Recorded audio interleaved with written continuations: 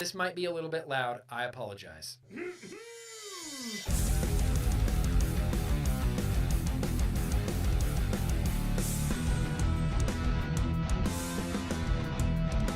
Because Nick told me to. Yeah. Oh, hey!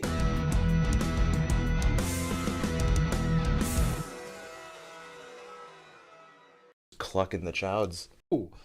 Whoa! Hang the mother truckin' on. Why is it so dark in here? Hi, welcome to Dangleclacks. Welcome to Dangleclacks coming out of my maggot holes. All right. Well, hello and welcome, everybody. Here we go. Hello and welcome, welcome and hello. Today is Mother Truckin' Thursday, which means, you guys know, it's Mother Truckin' Vlog Day. Hell yeah, we're here to do the damn thing.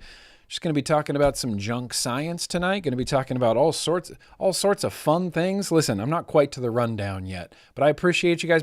I see you in the chat. You can't. S'mores is here. Mother Truckin' Paul F, the leader of the replay crew. Steve-O, Cinnabar, Sick Boy, Ern, Mike D. Is this Mike D? Is this Mike D, or is this a different Mike D?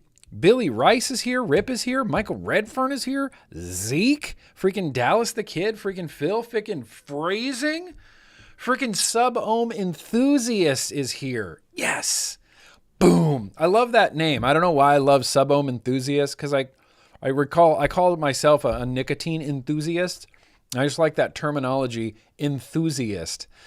Rifleman, how's your heart health? Listen, we're doing pretty okay. I got a little bit of an update for you, but first let me give you a real quick rundown. I do have a few announcements here at the top of the vlog, but then we're going to get right into a beer. Yeah, a beer, an actual beer that's made of beer in a beer bottle that I'm going to pour into a beer glass, and we're going to drink it because it's beer and it's made from beer.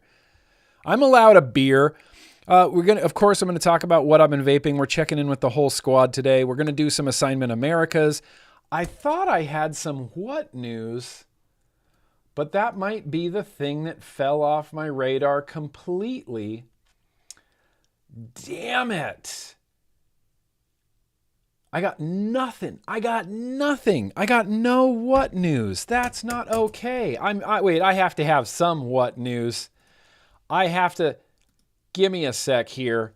Let's find some what news. Nope, that's okay. Yeah, let's look. Okay, this is actually a really good what news. And we'll do this what news when we get to the what news. It's not even what news. It's just a what fucking thing. Anyway, what news? We got some retro vaping. We're going to have some news, pre-recorded news tonight. It's exactly 21 minutes long. And I'm really excited about this. It took every every hustle and line it up that I had to get that news to 21 minutes long, but we did it, damn it. We did it. We got mail, and then we're going to do some very random liquid tastings. There may or may not be a mystery box involved. I don't know. I can't say for sure because vlog setup guy is the one who's in charge of that, not actual office vlogging guy. But listen, I appreciate you guys being here tonight. Happy Thursday. It's Mother Truckin' Vlog Day. We're doing pretty well over here. First things first, the 5-minute hold screen. That is Night Guy. And I don't know if we have ever actually met Night Guy. I've only told stories about Night Guy, but the story goes like this. Once upon a time in my old apartment, my office was on the way to my bedroom from the living room. So literally every night when I was headed to bed, I would just dip into my office, sit, and vape everything on my desk. It was like my evening contemplative sort of thinking about everything, thinking about, business and YouTube and vlogging and vaping and regulations and all sorts of things. I just kind of think about some things. And while I'm doing that, I just hit every vape that's on my desk. And the more I hit it, obviously the more I like it, the less I hit it. Sometimes I'll hit one thing. I'll be like, okay, you're done. You need to be rewicked or something like that. And that's Night Guy. And Night Guy used to be a regular ass thing that was like important. I looked forward to Night Guy. It was a chance to come in here. All the lights are off. I'm ready to head to bed, and I just rip all my vapes for a little bit. Think about, what I'm going to do this week, what I'm going to do tomorrow, what I'm going to do in the vlog. It was like a good time for me. Now my office is way far away, but I'm trying to reinstate Night Guy. Yeah, Night Guy is a thing. The best way to think about everybody here at GrimmGreen, you're right. You know what? You're right. The lava lamp's not on. The lava lamp's not on. That's how behind I am. In fact, hang on. The candle's not lit either. I like to have a vlog day candle. Makes it smell nice. Yeah. If anyone's curious, this is the scent of my office. Other than Nag Champa, it's coastal linen. I get these at Target. Driftwood and salted lavender.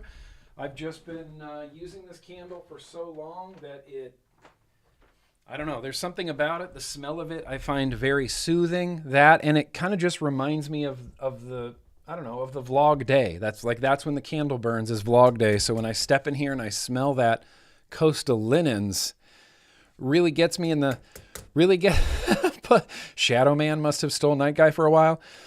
So I'm trying to bring back Night Guy, not in any official capacity. He's not going to be here showing you what I've been vaping, which he kind of already showed you what I've been vaping. But Night Guy is an important guy. He's important to the whole structure of GrimmGreen Industries. Like I said, the best way to think of everybody here at GrimmGreen Industries is basically the TV show Severance. I don't know if anybody's watching Severance on Apple TV Plus. It's the best show I've ever seen in my life, and that's the best way to think of it. Every person within the GrimmGreen Industries is their own sort of autonomous person with their own memories and their own thoughts and their own feelings and things like that. It gets a little bit more confusing and creepy if you think about it that way, but that's a good way. I feel like that's a good way to think about it. Here, listen, I got a little bit of a health update for you. I'm not going through anything real intense. I'm just trying to stay a little bit ahead of my health, both mentally and physically. And some of my physical manifestations of health, I believe, are due to mental health things. I've had some really high blood pressure for the last few years, and then I spent like a year doing nothing to correct it. All I was doing was eating fast food and not moving and just saying, fuck everything. I don't even care about high blood pressure anymore. And then I kind of started caring about my physical, health, I guess, and things like that. So I went to the doctor. I got a whole urine test done, blood panel done. I definitely have high blood pressure. I definitely have high blood sugar.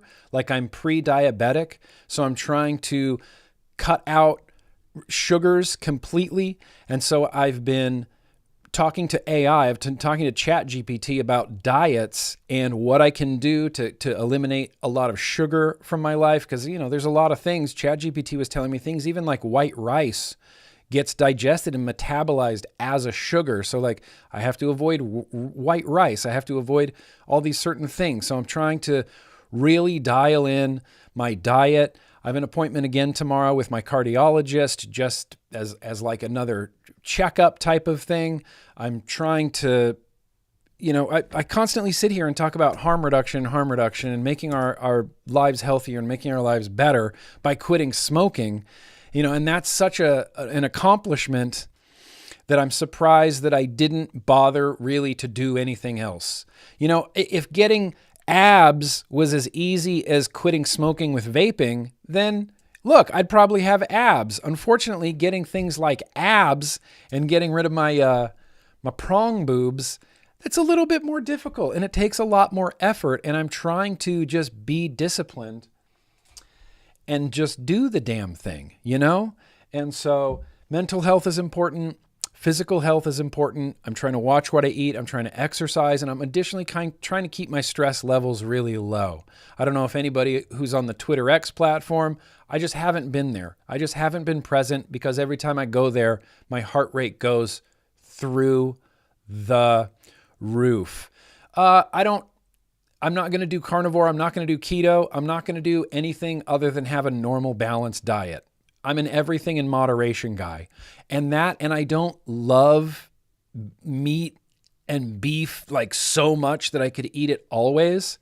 See, I remember the carnivore diet when it was called the Atkins diet. And my dad went on the Atkins diet and he would go to Burger King and he would order Whoppers without the buns. And he's like, no, healthy. I can eat this every day.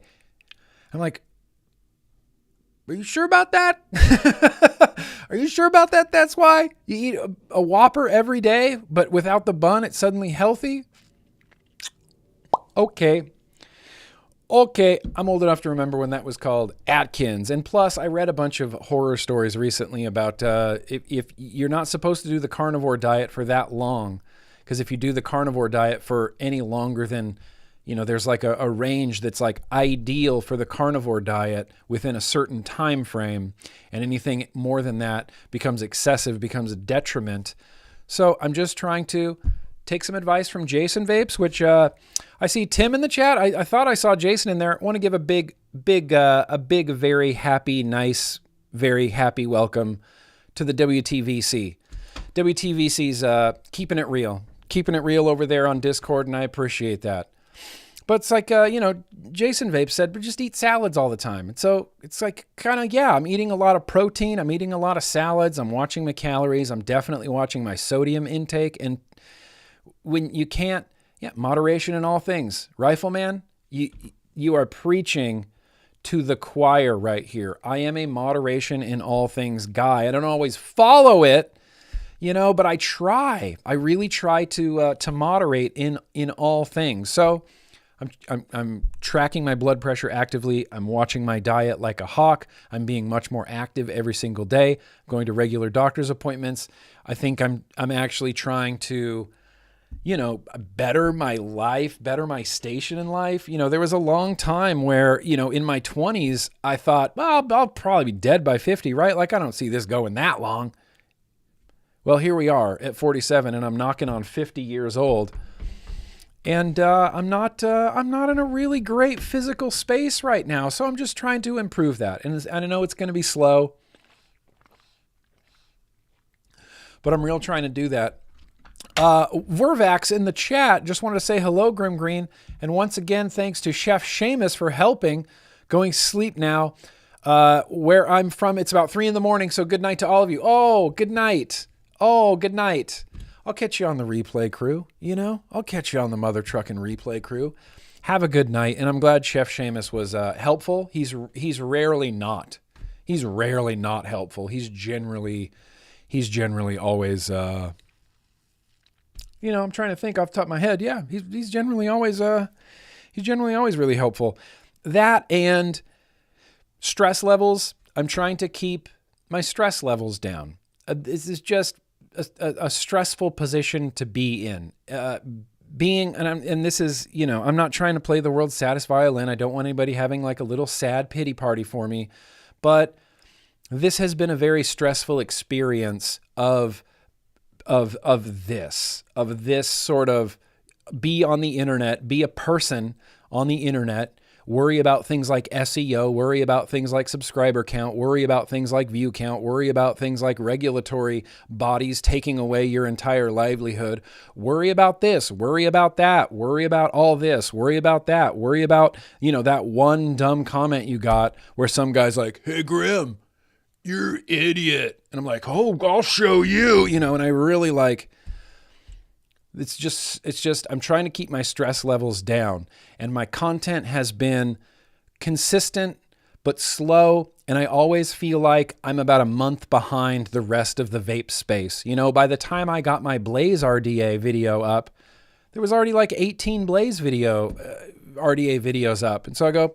okay, well, here's my opinion too. Fucking take it, do whatever you want with it. I always feel like I'm really far behind, and that stems from, back in the day, in 2015, 2016, 2017, I would see YouTubers or YouTube reviewers on YouTube who would get a product and then open it out of the packaging, like tear the cellophane off, open the product, build it, vape it, give it a good review. And I thought, did you just open that and use it and then give it like 4 puffs and say that's good? I don't ever want to do that. And so back in the day, I used to use stuff for like 3 weeks, 4 weeks at a time before it would get a review. So sure, the Goblin 2 got GrimmGreen reviewed it, but literally the rest of the world did a month earlier. I feel like I'm perpetually behind, and I don't like feeling like perpetually behind. But I think I'm just destined to feel perpetually behind. My reviews are just going to be later than some other people's. And that's for no other reason than I'm trying to not overtly stress myself out. I've realized I was scrambling last week to get a video up by Friday. And I couldn't do it. And I realized, it's not the end of the world if this review doesn't go up on Friday. Honestly, no one's even going to notice that your review isn't up on Friday. It can go up on a Monday, and then it'll be up on the internet, and you don't have to panic and anxiety yourself into the ground trying to get this video up on Friday, because it's not the end of the world. So I'm trying to have a little bit more chill. It's not the end of the world. The videos will come when they come. I want to make sure that my videos are high quality and well edited and easy to watch and informative, and I don't want to just be first just to be first. I guess I'm getting off on a little bit of a tangent here right now, but that's just some things. That's just some things rattling around in my head. I'll probably end up talking to my therapist about those things. But it's a lot, it's a lot, and it's forever a labor of love, I just sometimes feel like I'm falling short, I feel like I'm falling short of the, of some people's expectations, or, I don't know. I got a lot of stuff. I just got a lot of stuff in my head. So health things. This also might be the last vlog on the Twitch platform. I don't know how many people. It looks like there's 10 or 11 people over there right now. What? Yeah, I know.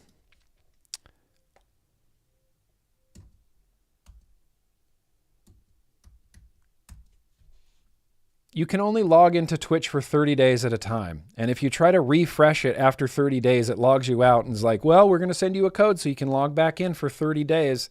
Okay, yeah, there's 10 viewers here right now on Twitch watching live. Here's the thing, and I have to say this low so Twitch doesn't hear me. But Tralue, DVS guy, I see you guys on chat, in chat on Twitch, I know.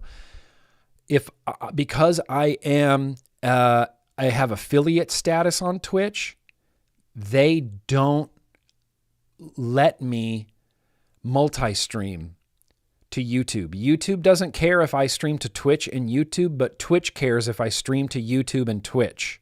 That's not allowed, and I don't want to lose my Twitch account. So I've just been doing it sort of on the DL for like years now, like 2 years now. We've been doing it on Twitch and YouTube. So I don't want to keep pushing it. I just don't want to keep pushing it. I don't want to keep pushing it to the point that I get an email, an angry email from Twitch going, "Oh, GrimmGreen, we've noticed that you have been multi-streaming on multiple platforms, including YouTube and Twitch. This is not allowed according to your affiliate status." I just don't want to. If they got rid of the rule, let me know. But I asked ChatGPT just today what the rules were, and ChatGPT assured me that it's not allowed. Maybe they did get rid of the rule. Oh, you say a lot of poker players are doing both now? Okay.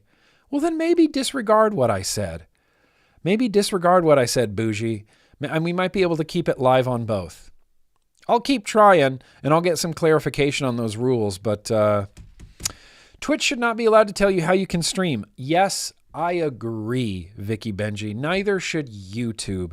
Twitch affiliates that stream on Twitch, TikTok, YouTube, and Kick at the same time? Okay. Look, I don't, when it's your platform on the line, it's like, I want to stay on YouTube. That's why I really follow the YouTube rules very closely and to the letter of the law. And I have no reason to treat Twitch any differently than that. And so I do. I want to follow their rules. I just I'm on their platform. Listen, it seems like a lot of people do this. So let's just keep it going. You have affiliate status, and I'm sure they've changed that now, Garrett. All right. Well, okay, disregard the Twitch thing. What I would like to do now, that's all the announcements that I kind of had at the beginning here. I don't have a lot of notes tonight, but I think the next thing, we're just going to get into it. Let's get into it. We didn't have one last week because I was too concerned about my health. I'm still concerned about my health, but I think now I can maybe squeak in a little beer. Let's go for it. Let's go for beer.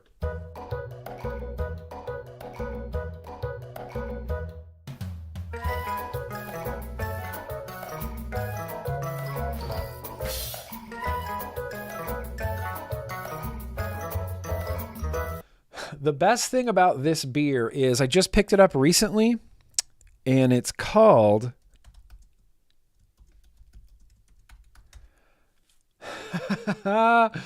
this is it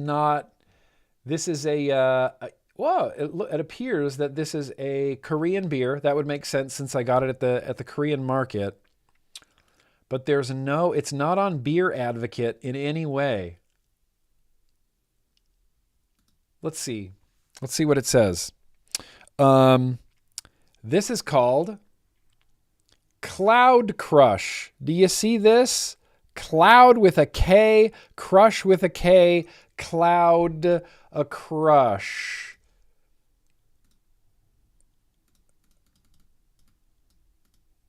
I'm trying to get onto their website.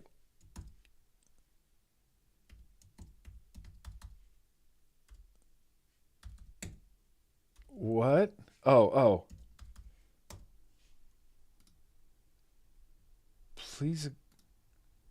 Why are websites so weird now? Enter your birth year. I literally just did. Okay, let's reload this. I want to know anything about this. Enter your birth year. Okay, and then it gives me a warning that says, please agree to the use of cookies, but there's nowhere to click to agree to the use of cookies. Ah, there it is. Okay, I found it. Cloud Crush. Cloud is introduced to the market in 2014. 2017, Cloud Plastic. Cloud Package Redesigned. 2025, Cloud Original Package Redesigned. Why? I can't find the Cloud Crush. Okay, well, that helped me out zero. I literally can't find anything about this beer except for K-pop idols posing with it. That's it. And I had no idea that this was like a K-pop sponsored beer, but that's all I can find about it. Crush. Cloud Crush. Okay, just stop talking about it. GrimmGreen, pour the Cloud Crush into a cloud cup. I know I don't need a bottle opener for this necessarily. Yeah, just clucking the crush. Just clucking the Cloud Crush. We're going to be pouring this Vaping Jedi. You guys remember Josh, the Vaping Jedi? Mos Eisley, trading company. We're going to pour it. It looks like Mickey's or something, you know. But it says it's an Ice Blast lager imported from Korea. Alcohol 4.5%. I'm guessing this is, look, we can tell what this is going to taste like just by looking at it. We can kind of tell.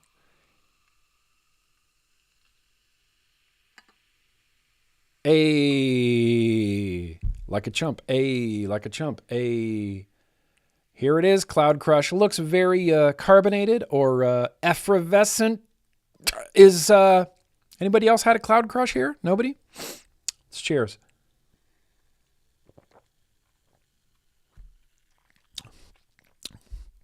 Okay, yeah. I'm so on board with this. It honestly tastes like the way my immediate comparison is a Heineken. I want to say this tastes exactly like a Heineken lager. I want to say it tastes like a Heineken, but it tastes like a Heineken that you get at the brewery. When I was in Amsterdam, we went to the Heineken experience, which, whatever, it was a touristy thing to do.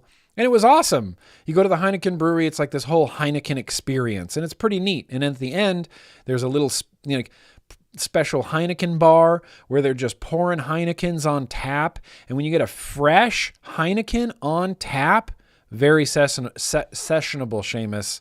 Very sessionable. And I finally understand what that means these days. But when you get a fresh Heineken on tap in Amsterdam from the Heineken tap room, it's like a completely different beer. It's sweeter. And I was sometimes getting like a banana peel type of flavor to it. This reminds me of a really, really fresh Heineken from the Heineken brewery. They call it Crush because I'm assuming this is amazing. This is a good beer. This is a damn hell-ass good beer. I might like this more than like Bud Light and Miller High Life combined. It's that kind of beer. It's beer-flavored beer, really. Sick boy. Na, sick boy. Yeah, I would describe, yeah, sure, lawnmower beer. I'm not sure exactly what that means, but I could see riding a riding mower on a hot Sunday, mowing the lawn, drinking a Cloud Crush.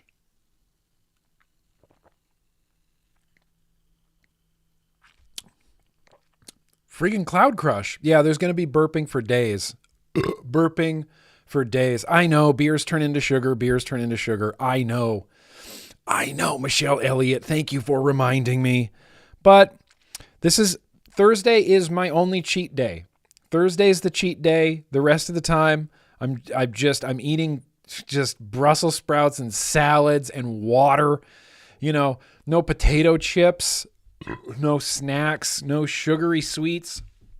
My dessert these days is, you know, oil on the top, peanut butter, just awful peanut butter. And I just put some peanut butter on bananas and I eat it. And like, that's my dessert. And to me, that's harm reduction. I mean, that's objectively harm reduction. It's better than the cake I was going to eat. But, you know, before we used to make sure we had sweets and desserts and pies and cakes and brownies here all the time. And now, no, none of that. None of that. Bananas. That's what you eat for dessert. Bananas. This is great. I honestly can't recommend this enough. If you have the means or ability to track down some Cloud Crush Ice Blast Lager, give a little J. Hayes hand there. Cloud Crush Ice Blast Lager. This is a 10 out of 10. I would recommend this. Alcohol has a rising and lowering effect on blood sugars, though. Sugar alcohols are more like standard sugars. Yeah, see, those are something I have to avoid as well, sugar alcohols. Because even though the candy says sugar-free, you look at the ingredients and you go, oh, well, that's fucking sugar. My body doesn't know the difference. It's just going to digest it the same. That's okay.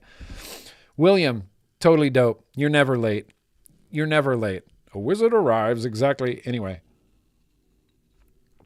This is delicious. Maybe I could pair it with some Twisted Timmy's cream.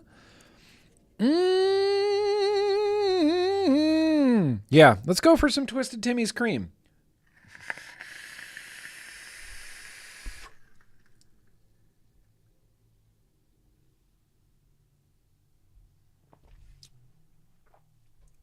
USA. USA. That's delicious, even though this is a Korean beer.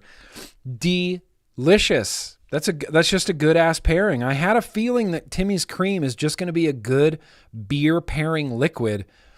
This is a good beer pairing liquid. Balls blasting. Listen.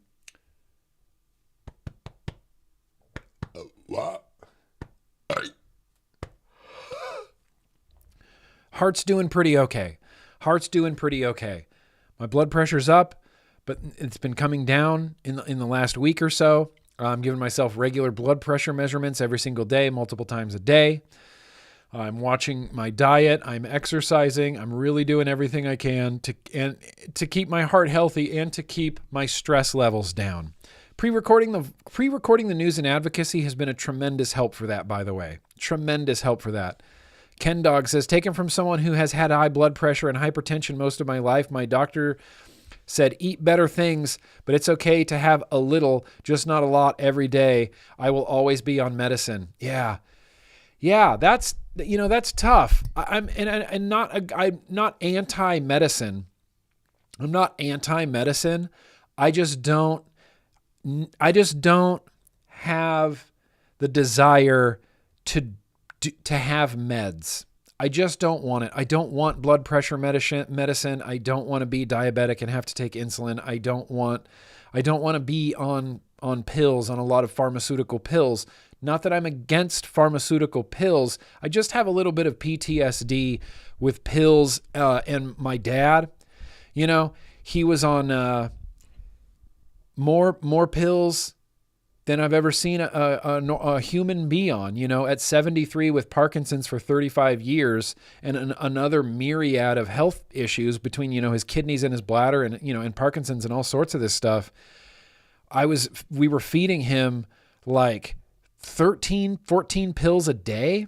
It's like your morning pills was about 4, your afternoon pills was about 8, and then the before bed pills, that's another 5 pills.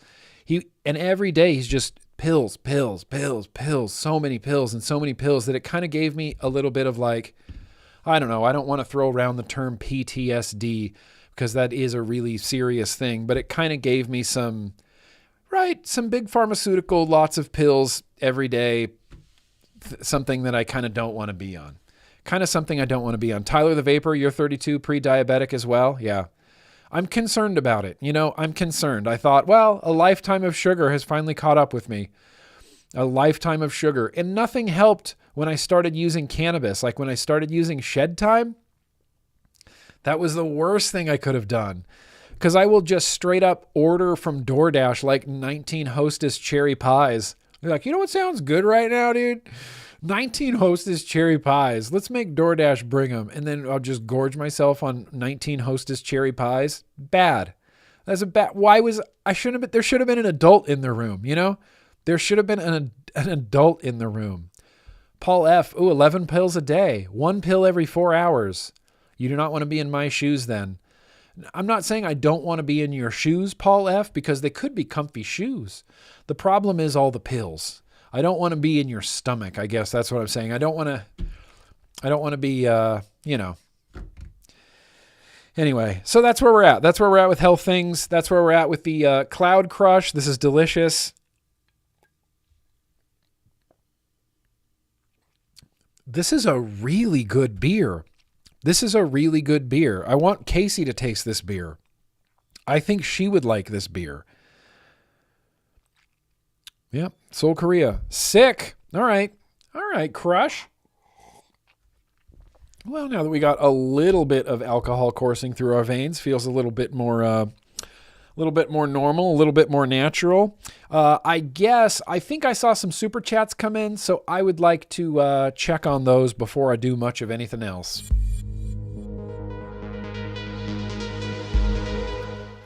Not enough time, there's no time. Hungry freaking hippo, good fucking evening, folks. Moved in finally and working my ass off. Should be able to catch the live. If not, yo, big love and shout out to LT. Hell yeah, LT. LT. Yeah, LT's cool. LT's cool. She's cool. She's one of the cool ones. Chef Seamus, go to the polls, cast my vote, and now is the time to party. Oh, yo, and happy MTVD, everyone. Eat, drink, and be bushy. Love Zombies March. Zombies March? Are you trying to get me to sing Gwar lyrics? Is that a Gwar song? Is that a deep cut of a Gwar song? Or are you thinking of Penguin Attack? Mike D, Yo Nick and all the cool kids. I thought I buckled up for 2025. Too much seat belt. Shit happens. Hey, love you. Hey, Mike D, love you, bro. Yo to ya. And yeah, we're going to need to, there's still some buckling up that needs to happen. It's literally only the end of February right now. It's literally the only end. Like January was like 6 months long and February was 2 weeks. That's how this year feels to me so far. Garrett, so with the new republic, there must be the rise of the first order, right? MTVD, let's go. Listen, not exactly. Honestly, I'm not sure what you mean, Garrett. So with the new republic, there must be the rise of the first order. Rise. No. Well, I know one thing is for sure. There is a rise of the new republic. And occasionally my phone light just turns on by itself. It doesn't make any sense. Tim. T-Bolt. The WTVC checking in. Hashtag watching the vlog crew. Hashtag leader of watching the vlog crew. Hashtag cool kids. Hey, Nick. Love you, bro. Tim. Love you, bro. I love all the MTVD, WTVC crew. We got more acronyms than the Food and Drug Administration. Yeah, it's the MTVD, WTVC. I don't know what, it's so difficult. It's the MTVD, WTVC. They're just in the house. They're here. They're just doing the damn thing. Love you, Tim. Appreciate you guys. Justin Randazzo. Shit, yeah, Justin. Been a minute, bro. Hope you're doing good. Happy vlog day to ya. Hope you're tattooing all sorts of cool shit on cool people, man. Justin. We got Michael. Hell yeah, Michael. Brother, me or we believe in you, and I always wait for your reviews before I buy anything vape. Well, listen, I really appreciate that. I'm fine being a voice amongst a bunch of voices. If someone is considering a whatever AIORDA, I want someone to watch a lot of reviews and get a lot of input and get a lot of information before they make a decision. I'm happy to help in any way I can, happy to be part of the process, and I know there's a lot of people that don't, I've had people asking me about the Odd Job 2.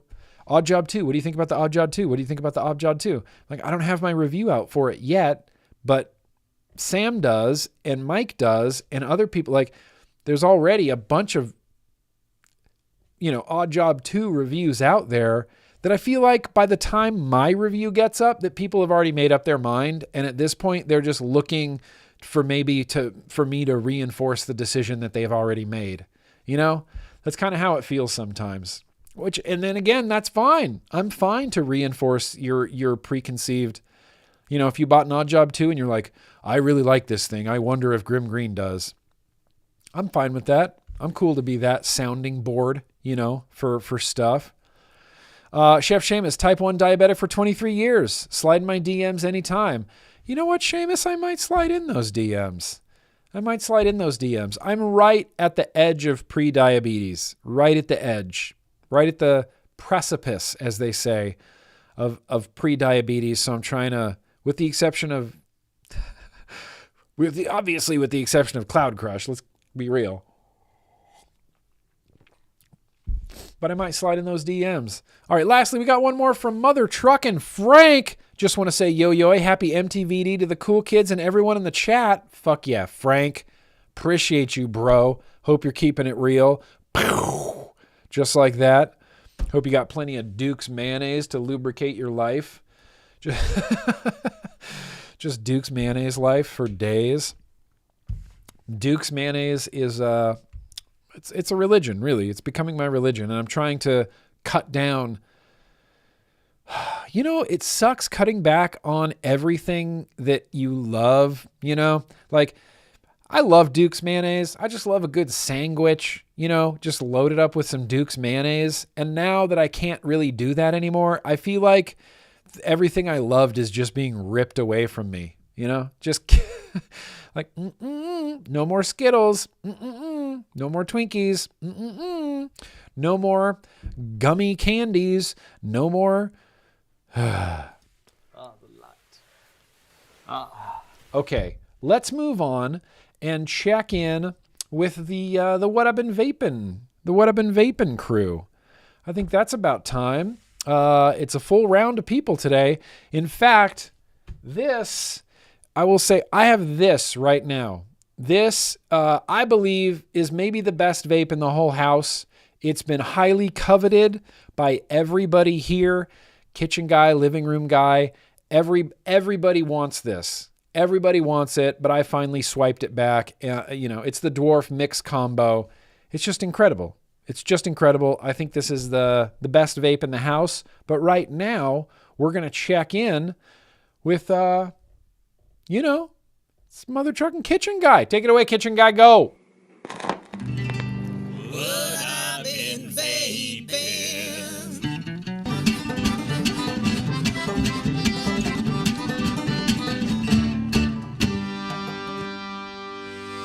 Oh, hey, sup. Yeah, it's just Kitchen Guy out here with my iPad, my journal, and just a few things that I completely swiped from Office Guy. There's 2 pods. There's a pods ranked coming up, so I'm trying to really put some pods through their paces. Vibe, chilling out here. It's been great. Soren Faro Box. Maybe the most underrated pod in the last 2 years. Soren's getting better and better and better. Of course, look, I have it too. Everybody has this. Everybody wants to swipe this. This is most likely the best vape in the entire house right now. It's the Dwarf MTL RTA on top of the mix. I got some face meat black metal licorice on the inside. Busting. Do I even need to say it? Beyond busting. What's better than busting? Hella busting. Busting. Went on a little bit of a side-by-side kick on Tuesday on Twitch on the Vape Fiddle, and I set up the Type 2 on top of the Parsons, and I used the phrasing wicking technique on the Type 2. Turned out perfect. It's wicked better than it ever has any other time that I've ever wicked it.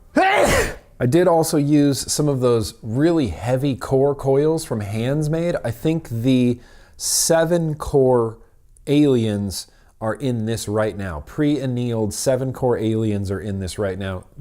Vaping really well. I might have grown to really love and appreciate the hand feel of the Parsons. Blueberry lemon is on the inside. It's smooth, it's warm, it's tasty. I still don't love the DNA ADC, but look, it's working fine right now. This is a pretty busting setup as well. This is the Atlas. This is the Atlas with the iMob on the inside. I'm gonna do a review for this iMob really very soon because I think it's become just my favorite Boro RBA. I like it a lot more.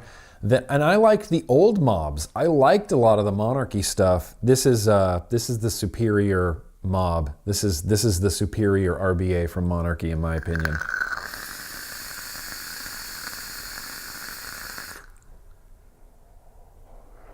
Pistachio, baked pistachio is on the inside. It's delicious. And lastly, I still have It wasn't the very random liquid tasting from last week. It was just a liquid tasting from last week because I got sent a bottle of this R&R Mystery. R&R Mystery. You can't see that. R&R Mystery. There's a conspiracy that this is pony on acid, and I'm a believer. If it's not pony on acid, it is indistinguishable from pony on acid. It's got that little Zoo 1 banger on top of Matchy Empire. I mean, that's pony on acid. I vaped a lot of pony on acid in my day. Gallons, I would say, gallons of pony on acid. Maybe not gallons, liters of pony on acid. This is as pony on acid as I have ever ponied on acid. The nostalgia that hits with me is unreal. Well, even though my wife's out of town, believe it or not, I am going to throw it to living room couch guy. Hey, thank you so much, kitchen guy. It feels good. It feels good to be able to get out to the couch, to not be on my phone, to not be on my computer, and to actually just maybe watch a TV show, which, I used to think was detrimental. Back in the day, hang on, let me go on a grandpa rant here. Once upon a time, I would see viewing TVs and movies as like the lazy activity. Like, oh, I could be doing something else. I could be practicing bass. I could be practicing my drawing. I could go on a walk. I could go on a bike ride. I could go, there's things to go do. We need to go and do things. And that staying home and watching a movie was like the lazy thing to do. Now, I see sitting home and watching a movie as an accomplishment because I'm not just sitting in front of my computer or sitting in front of my computer, worse yet, flipping through my phone. Those now feel like the lazy activities, and watching a movie, which I thought used to be a lazy activity, is now like the, hey, at least I'm not on my phone type of activity. What did they do to us? What did they do to us? But there are a few things out here. There is a pod. It's the Oxva Slim Go. Like I said, there's a pods ranked coming up, so I'm trying to pods. Brand new Oxva pod. It's just delicious. I got it. I got the thing too. I swiped it as well. It's the dwarf on top of the mix with Face Meats black metal licorice on the inside. It is bust-to-e-g. So busting I had to add more syllables. And the only other thing old living room couch guy has out here that's the Soul Keeper Blaze combo. What a great combo. And what makes this combo even better is the Gold Leaf Dawn, the aged bourbon cream from the random liquid tasting weeks ago. It is still going obscenely strong, and every time I taste it, it's just as delicious as I remember it.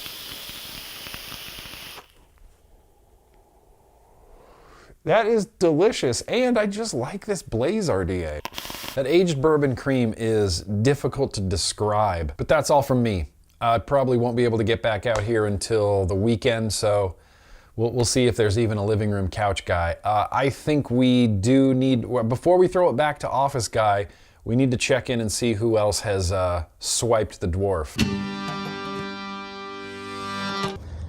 Yep, dog walking guy reporting in. I've also been stealing it from everybody.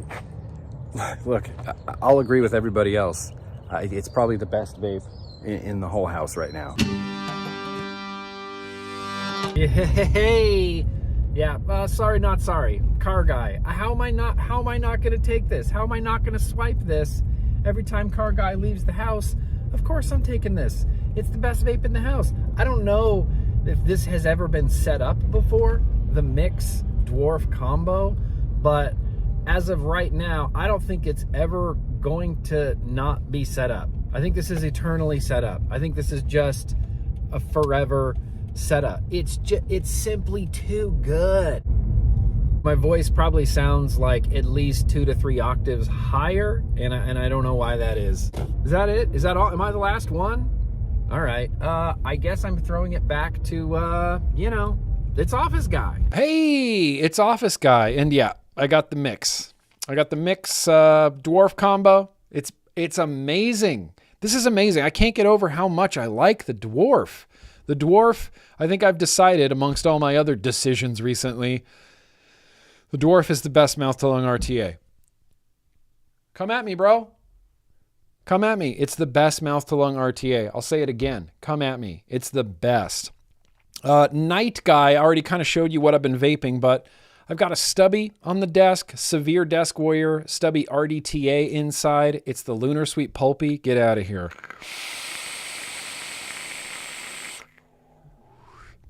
Not just the stubby, but like this combination of stubby and the stubby RDTA tank, this might just be my favorite Boro like AIO ever, period. I think the stubby kind of just through sheer force became the most popular Boro AIO just in the world on the market. It's awesome. It's Awesome Sauce 9000. Also, my actual favorite Boro, it's the Yek. It's the Yek Dead Star. That is the Odd Job 2 on the inside, and I do plan on doing a full review for the Odd Job 2, yes. It's been vaping really, really very good. On Tuesday, we put this together to taste this very random liquid, Blueberry Waffle. It's delicious, but that's an RDA for Vaping V2 on top of the, what's that thing called? The Raiden.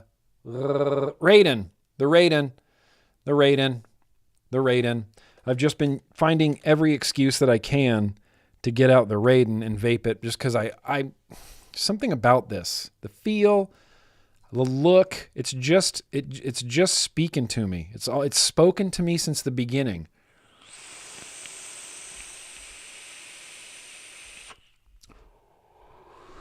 And that Blueberry Waffle is GD delicious. GD delicious. The only pot in here is the Caliburn. No, I lied. The only pot in here is the Caliburn and the Neck Slim, which, as you saw, 6,104 puffs, and I think I'm just going to keep going. I think I'm going to try to keep going on this. 6,000 puffs, and it's still like kind of like that flavor's good. It's a little bit slurpy, but that flavor's good. This has got to be the second best setup on the desk. It's My Vapes Clutch X18. That's the Jaka, we got Twisted Timmy's cream on the inside. Jaka with the little upgrade kit, meshed out airflow, 3/4 turn top. Love this RTA. It's been in rotation, I think, since I got it.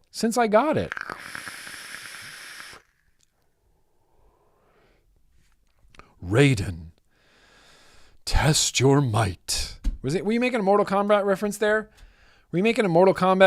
Cinnabar? I think that was a Mortal Kombat reference.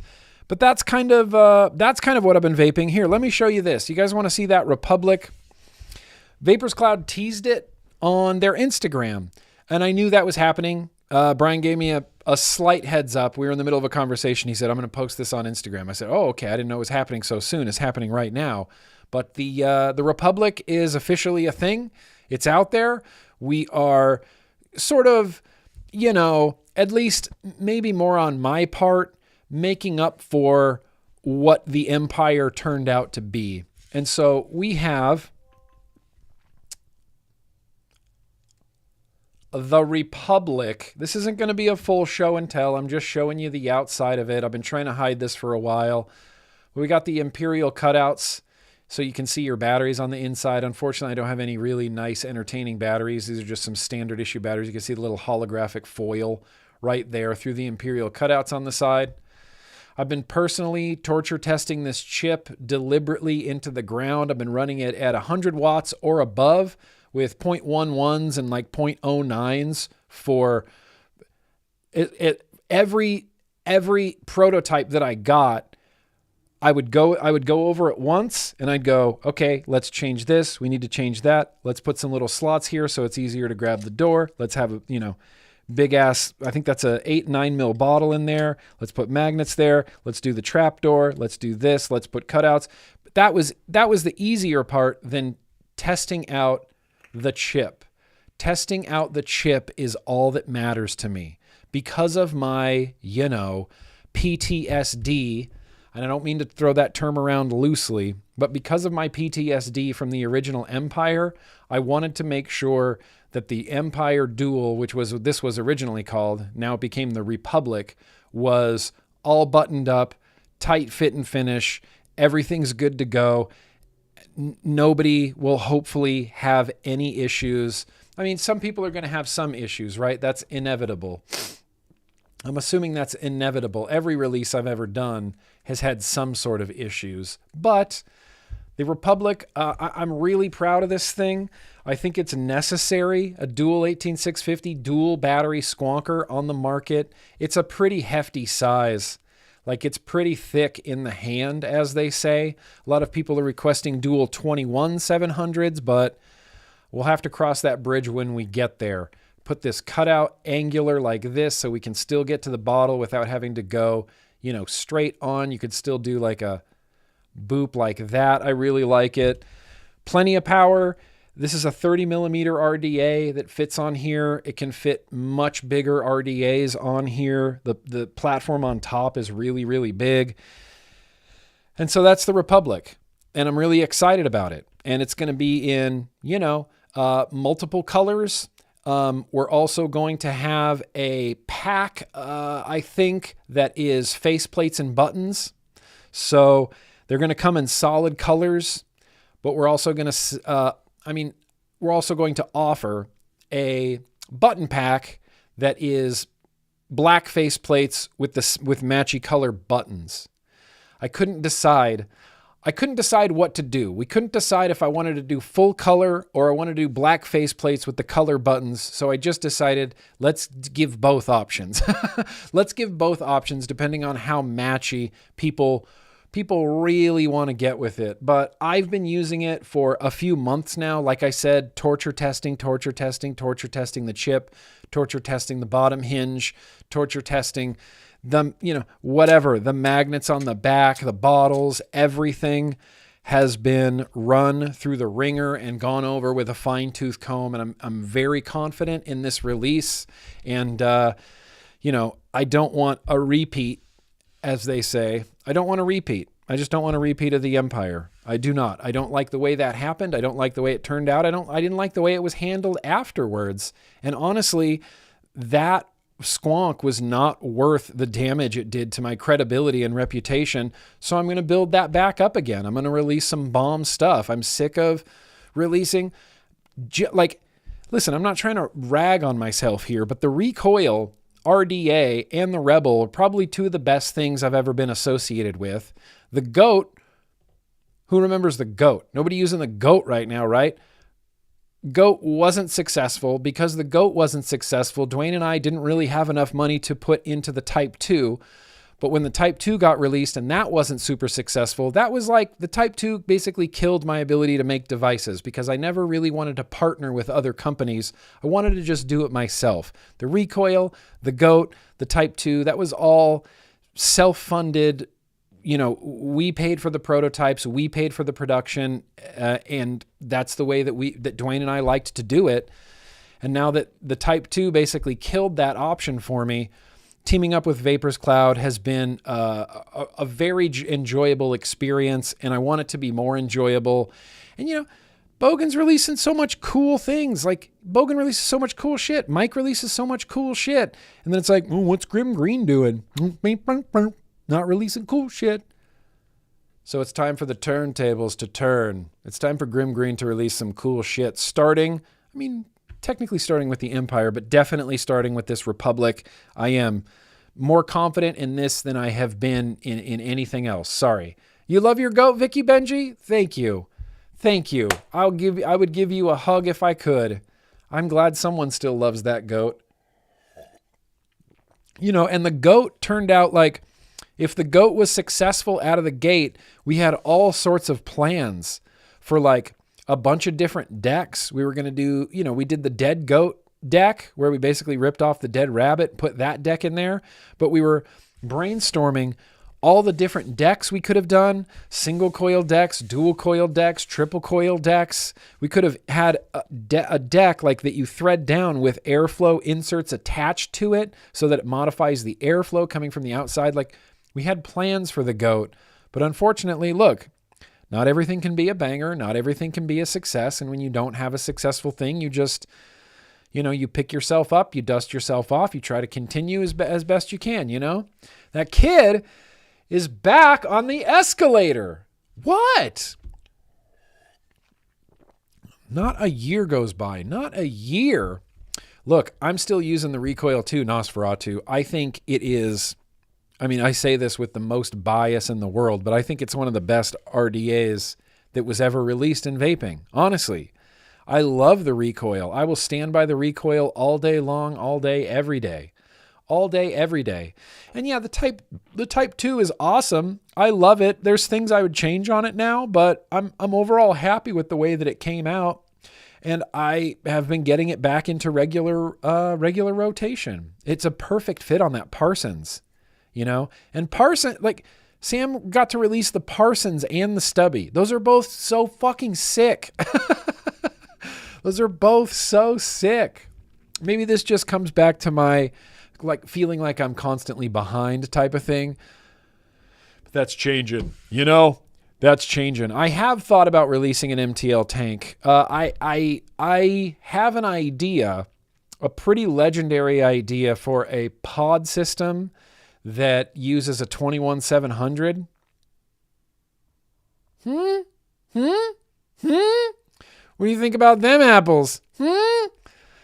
That's just my idea at the moment. And and my patrons and I had an idea for a dual 21700 side by side. Dual 21700 side by side, I think would be so sick.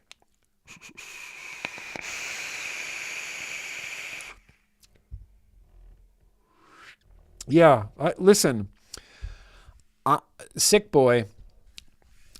That's a plan. That's a plan. I got plans. I got something on my desk. I can't even show it to you right now. It has been ultra secretive. Well, except for my Patreon. Patrons know a little bit about it. But I've been ultra secretive with it. So anyway, that's what I have been vaping, and that is the Republic. There'll be, I guess a full review rundown of the Republic at some point from myself, from probably a lot of other people. Hopefully, we'll see. You guys can decide if I send one to J Hayes or not. I'll let you decide that.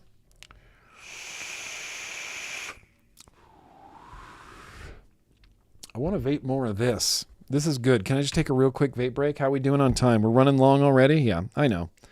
We're running long already. I'll have to... But see, here's the thing. The news is a little bit shorter tonight. As far as that goes, that's what I've been vaping.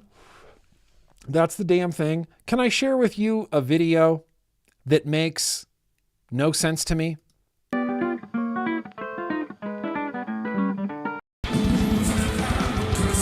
No. What the hell ass are you doing there, what bumper? Okay, well, that's a little bit more like it.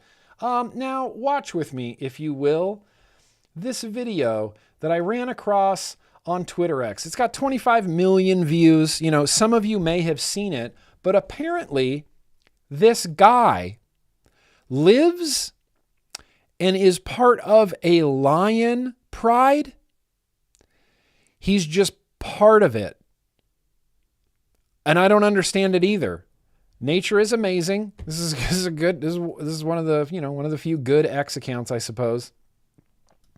Watch this. This makes no sense. I got no rage news tonight until we get to the news and advocacy, No proprietary drip tips. I'm anti-proprietary drip tip now. I'm over that. The Recoil was the last proprietary drip tip we're going to do. I might just send him one just unannounced. One just might show up. Let's watch this.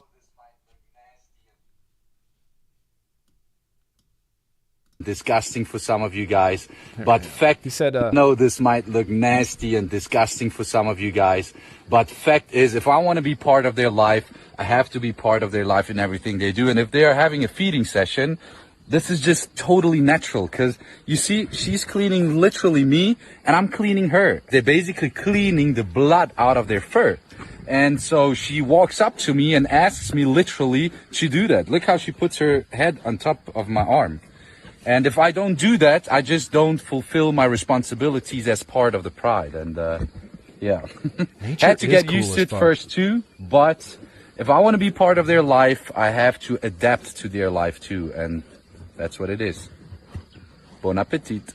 I know this might look nasty and disgusting for some of you guys, but fact is, if I want to be... Someone knows who this guy is. You said, oh, it's that guy. I've never seen this guy before. And I'll tell you, like, until they eat his face. Listen, you might feel like a badass sometimes, but you're never going to be, I just had a lioness lick blood off of my arm badass. That is bonkers to me. The lion whisperer, is that a thing? But on a bad day, he's part of their dinner. Remember that guy in Alaska who thought he was part of the bears and then he was massively mauled? Have you seen how lions fight? Yeah, I yes, 100%, 1,000%, which is what's so mind-blowing about this. Because he's so, is that his name, Russell Bryant? Is that really his name? Can I Google this?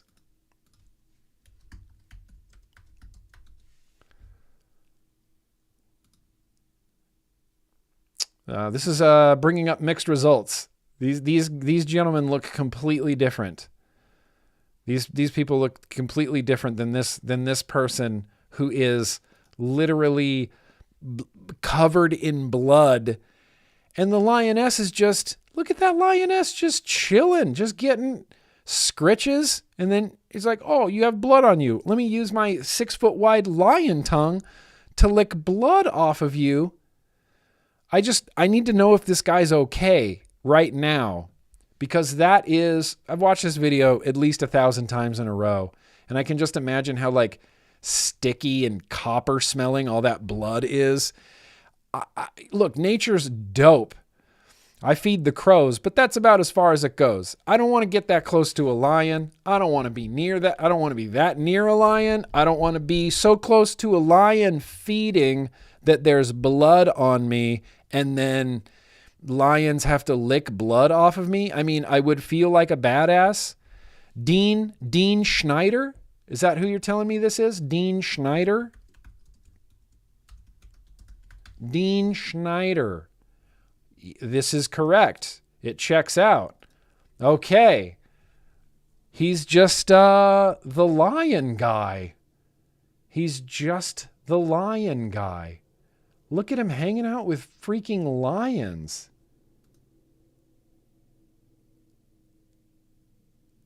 And a hyena?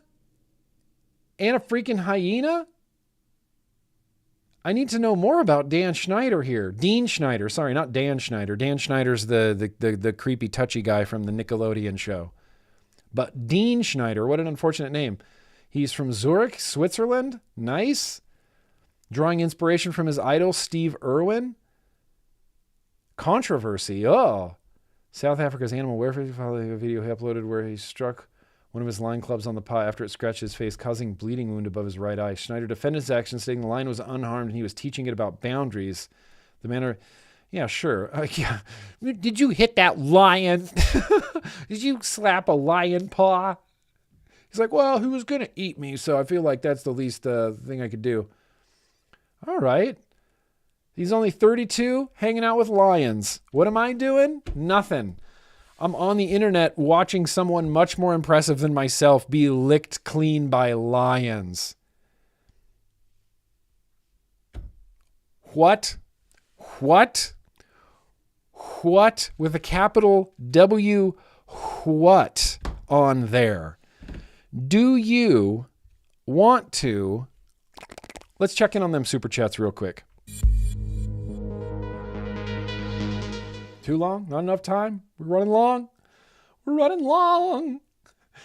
Lunchbox, he's got a bunch of videos. Okay, now that I know who Dean Schneider is, I'm in. I'm obsessed with Dean Schneider now, and I want to know. I want to know how and why he does said things. Dean Schneider. Anybody moving forward for the rest of my life, if someone says, who's the most badass person you've ever seen in your life? I'm going to say, oh, Dean Schneider. What do you mean, who? Dean Schneider. Have you seen him with the lions and they lick the blood off of him? That's badass. I don't care what you do. It's not going to be more badass than that. It's just not. Don't care. Don't care. Backflip off a building, land on a pillow of thumbtacks, and I'll be like, that's kind of badass, but it's not Dean Schneider, you know? It's just not. CJ, the CJ. Hey, Nick, strange idea. Work on a collab with Stevie's to redo Glacier Banana and Mass Teller Mint. Hashtag Clouds Bro Clouds. I would love to. Mass Teller Mint, though, that's a good callback. Glacier Banana was really popular, but I didn't think that Mass Teller Mint ended up being that popular. It was one of my favorite Namber juices that we ever did, though. It was one of my favorite Namber juices we ever did, and it was a complete surprise. Do you know the story of Mass Teller Mint? It's named after a dude named Chris Masteller, who's still around. I mean, I'm assuming he's still around. I haven't spoken to him in like a decade, but he was a big fan. And I met him at a vape show. And one night, late night at the vape show, we were all drinking and I was just chatting with this dude, Chris, and we were drunk and he's like, what if we made a liquid that's like every mint, like peppermint, spearmint, wintergreen. And he just kept listing mints. And he's like, what if we put those all into a liquid? And I thought, yeah, that sounds like a great idea. So we did it. We went to the lab and we surprised him with a bottle of Mass Teller Mint, and it turned out so good that we're just like, we're going to make this as like a thing, and it's going to be called Mass Teller Mint. And I loved it. It was all the mints. I loved it as a mouth to lung, especially. Listen, maybe we can do some Stevie's collaboration, but listen, he's a busy guy. I'm not trying to impose. I would love to at least maybe just do Glacier Banana. Nothing against Mass Teller Mint, but I think Glacier Banana would be the real draw there. Oh yeah. Oh yeah. Wash your sister sauce. Also Melbourne. It's pronounced Melbourne. Born, like Melbourne. And wash your sister sauce. Wash your sister sauce. I'm sorry, phrasing. I'm sorry. Phrasing is the next chat I get from phrasing is just going to be 19 middle fingers in a row. Dee Dee, damn it. I feel myself slipping off to La La Land, so in just in case, I'm hanging with the replay crew tomorrow. Hope life is treating you all kind. If not, hang in there. Your day is coming. Peace and love to you all. Dee Dee, thank you for that. Thank you. I'm hanging in there. We're hanging in there. Peace and love to you, Dee Dee. Peace and love to you, Dee Dee. That's good. That's some good words there. All right. Well, this could either go really good or really bad. So, how would you guys like to right now, 1 full hour into the vlog? Maybe it's time. Jason, you're lying. Nobody misses Mad Murdoch's radiator fluid. Nobody does. I'm just kidding. Jason Pierce does. Did you really vape radiator fluid so much? I find that, did you ever have Wrath Waffle? Did you ever have Wrath Waffle back in the day? Wrath Waffle was some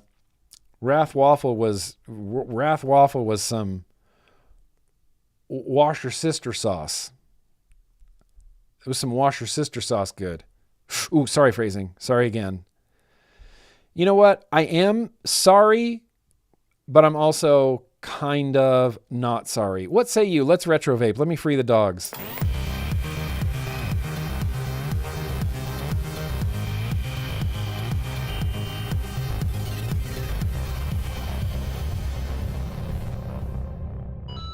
That's an old bumper too. That is a really old bumper. Okay. 1, 2, 3.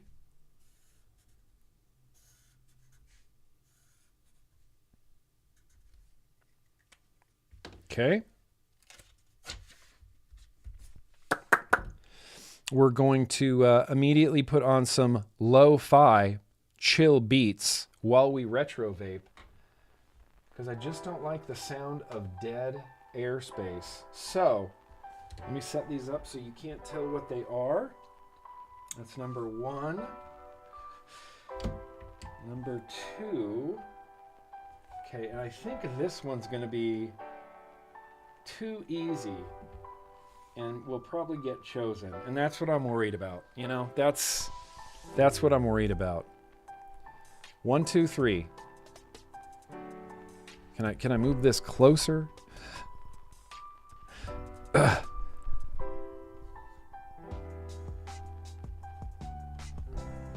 Apparently not.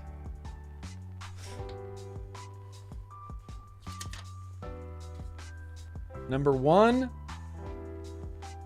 number 2, or number 3. Take your pick. Please vote now. If you don't vote today, then you don't get to vote funky. There's no mystery box for the retro vaping. I'm not saying there won't be a mystery box in this stream, but there's not one right now.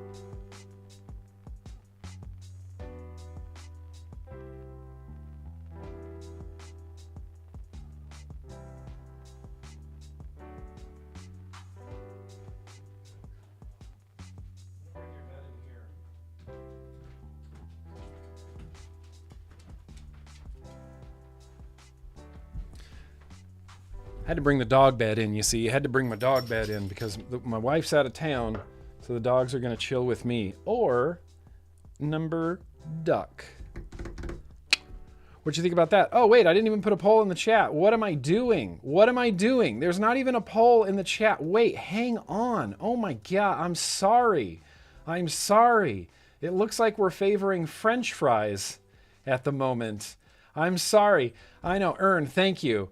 Well, you know, it's just sometimes it's a dangle clack, you know?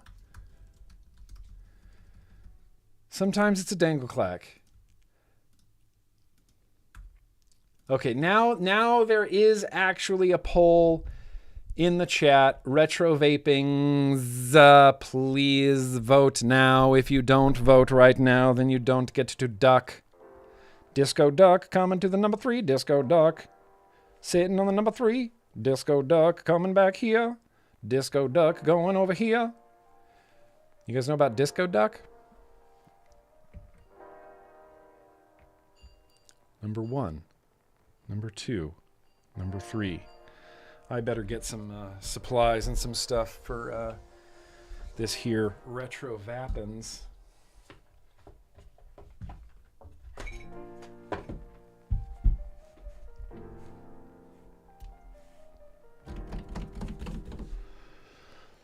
Always vote on black. Black never loses, unless it does, all the time. I've actually watched my friends lose large amounts of money playing roulette. Large amounts of money. Okay, well, it's kind of leaning towards number 2 right now, which I hate. I hate that. I hate that. In fact, hang on, I should have prepared for this.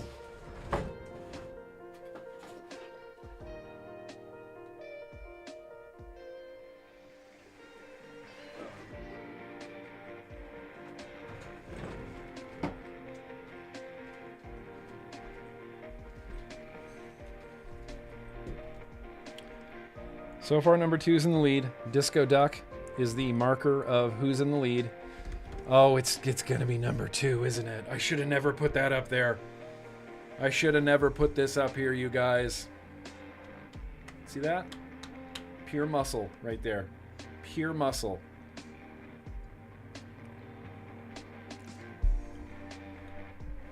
Pure Cloud Crush. Pure Cloud Crush. That's going to win. It's just going to win. Everybody's voted. Okay, I'm going to leave this open for exactly 1 more minute. Exactly 1 single more minute. Set a timer for 1 minute.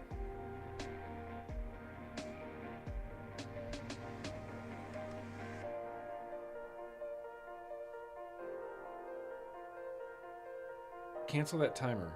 Why did it set it for 7 minutes? Set a 30-second timer.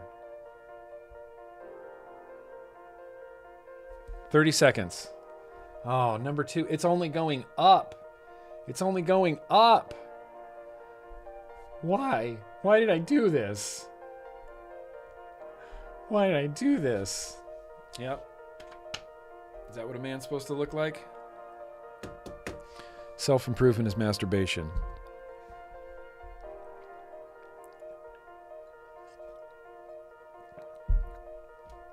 Why? I shouldn't have done that. I regret everything. I regret everything immediately. Actually, maybe not. Let's see how this goes. Let's see how this goes. Let's see how this plays out. And my 30-second timer is done, which means, yeah, it's going to be number 2. It's going to be number 2. The duck was right. Disco Duck is always right.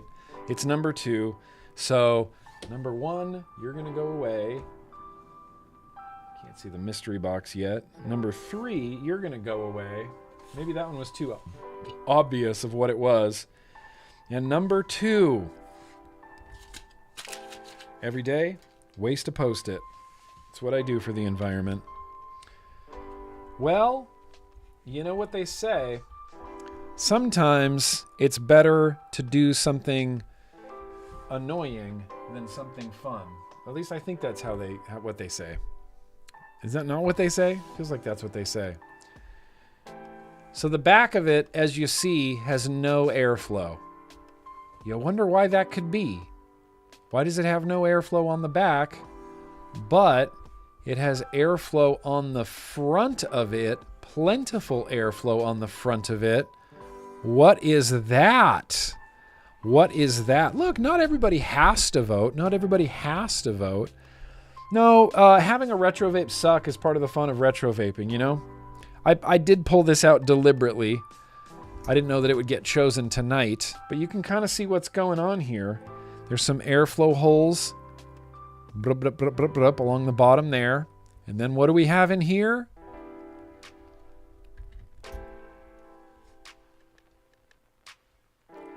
What? What even is that? What even is this? What even is this urn? Oh, yo, sup, Megs? Just chilling. Oh, thank you, 8-Bit Hustler. Thank you. Shout out to the cool kids and Phrasing and Vape Smarter for this ridiculously dope build stand with crashed TIE fighters in it, and it looks like the sands of Tatooine, you know? It's just my little build stand that I love. You see this? You know what you got yourselves into, you guys? Mesh. This is in honor of, yep, Rip spotted it right away. Mesh. Fucking mesh. Hell, yeah, exactly, New Wave Dave. Freaking mesh. Freaking mesh. And you know what this pole is for in the middle? This tube? This is a squonker. This is a squonker. It's a sideways goon. Ben, holy shit. I've never thought about that. But yeah, it is a sideways goon. It's actually kind of genius. It's mesh, baby. Mesh. Which means I need to get out old Face Meets Mesh that he sent me ages and ages ago. I keep this on deck. Boo! Boo that man! Boo! Yep. Yep. Boo me. Boo that man. Now, I'm hoping that phrasing doesn't have the same hard and fast rules about mesh that he has about cotton, because we're most likely going to be wasting a lot of mesh. You know, it has been time. We're overdue for some mesh. You know, we haven't had some mesh in quite a while. It's been ages. At least since, like, what was the last one we did? A profile? The mesh. I don't even actually remember the name of this mother trucker. The CETO. CETO? C-E-T-O? The CETO RDA. Squonk pin. And when I squonk it, you know, squonks through the whole distance of, like, the cotton is wrapped around this. The cotton is stuffed in and around this. And the mesh is on the outside. So when I squonk, it should theoretically... This never worked properly. The only rule I have about mesh is it belongs in a pre-made coil head or in the trash. Mech sucks and I don't care who knows it. Well, look, I feel the same way as you do. But also, there's some mesh people in here that for some reason or another... like mesh. There should be a review for this. There should be a review for this somewhere.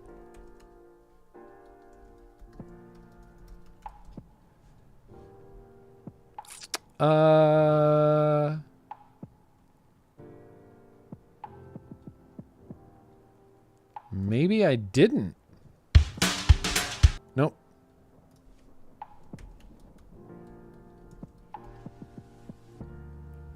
Yeah. Oh, I did it in 2 parts. Yes. I did this. Why did I do this one in 2 parts? Cthulhu Mod CETO Mesh RDA first build thoughts. 7 years ago. CETO Mesh RDA Part 2 Squonk pin 100 watts 7 years ago. Damn, that review got 250,000 views. That's crazy. 7 years ago? That's crazy. Cthulhu Mesh. The CETO Mesh.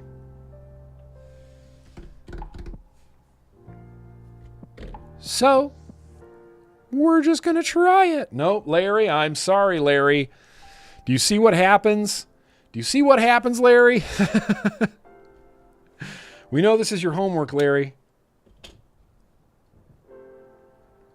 So, what I'm going to do is roughly measure towards the top of this.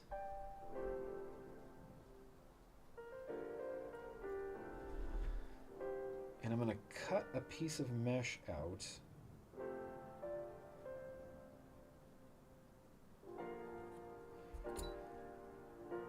The problem is keeping this round, because I don't want any hard... I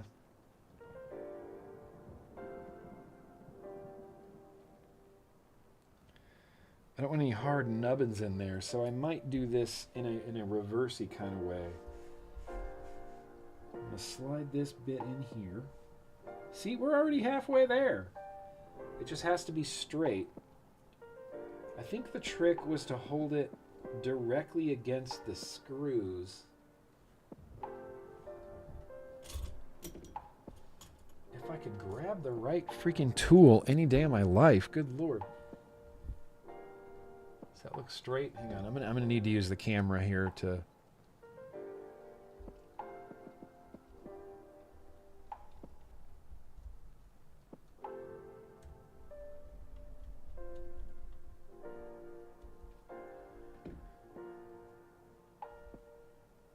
But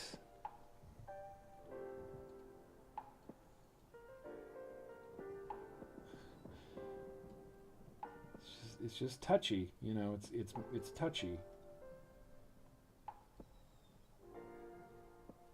Oh! It needs to be shorter. Okay.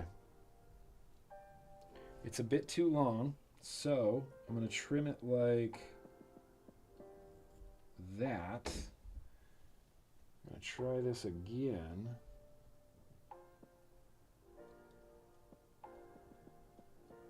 Still too long, so just going to trim off a little bit more. Just trial and error here, trial and error.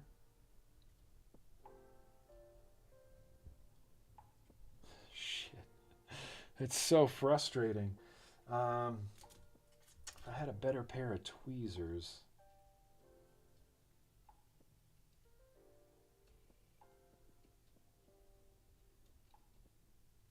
Aha, aha, aha. Okay, okay.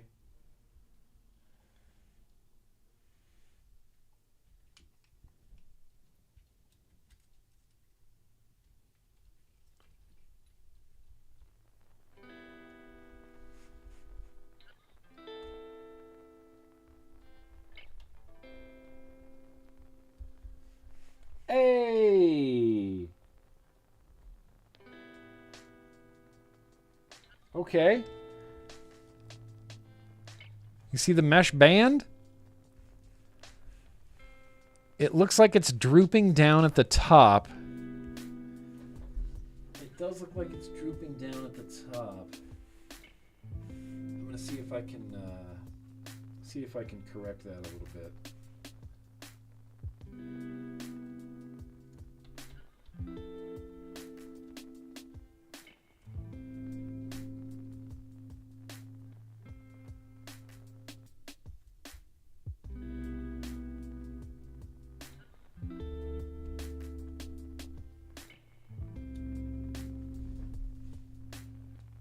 Yeah, it still looks like it's drooping down. It still looks like it's drooping down pretty severely. But it might actually just work. Freaking mesh. This is Metal Morrissey's fault. I mean, honestly, if I was going to blame someone, that's who I would blame. Is Metal Morrissey. Chillin', Jesse, chillin'. Look at this. Look at this mesh RDA we got.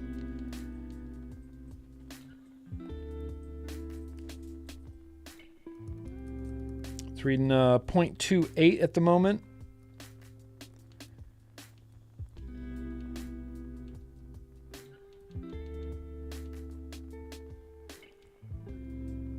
Oh. Yeah. Oh, that's glowing pretty good.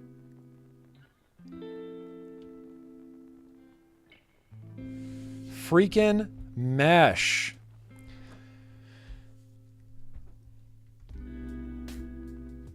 I think I'm just gonna, it's not drooping down terribly. And all that really matters is the cotton on the inside, which I don't exactly remember how to do. I don't remember how I did that.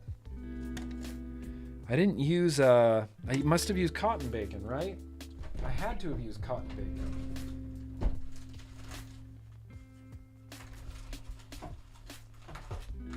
Oh, old cotton bacon. I haven't used the bacon in a hot minute.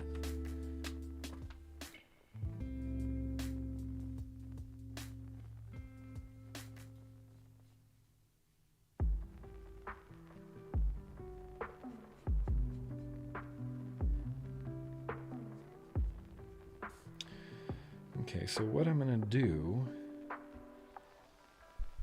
is, it could be like, I could tear, I'm just trying to think, we should have been watching my review as I built this. I need some help. I need some help from 7 years ago, GrimmGreen. Yeah, that's what I was thinking, Paul F. It'll vape just as good. I think it's going to be just the same. Heavy flow tampon, yeah.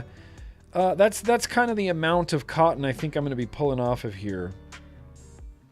In fact, I think I'm going to have to like,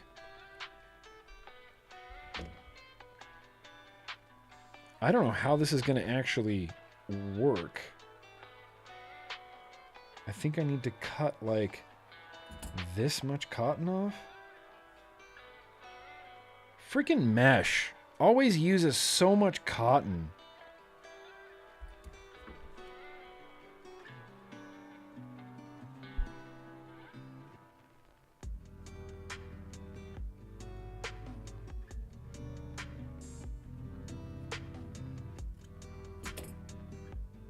Okay, I've got a little wafer of cotton here, but I don't think this is this how I did it?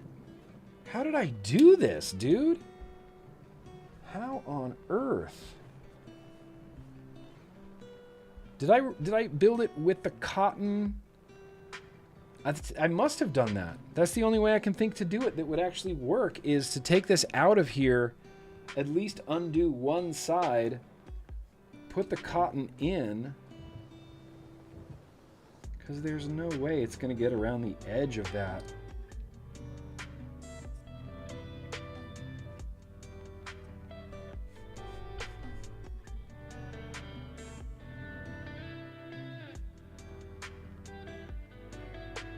Oh, maybe that's how it works.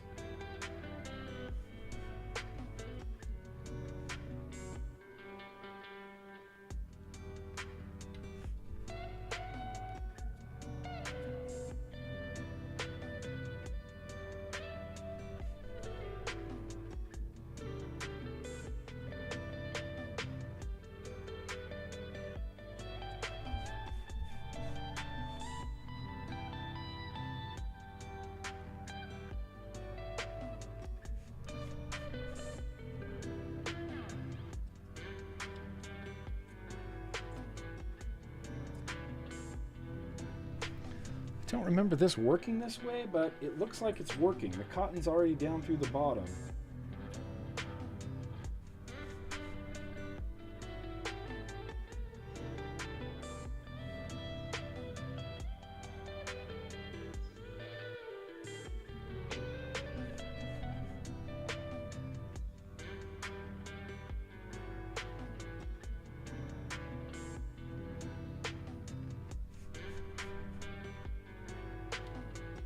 It's just time and persistence.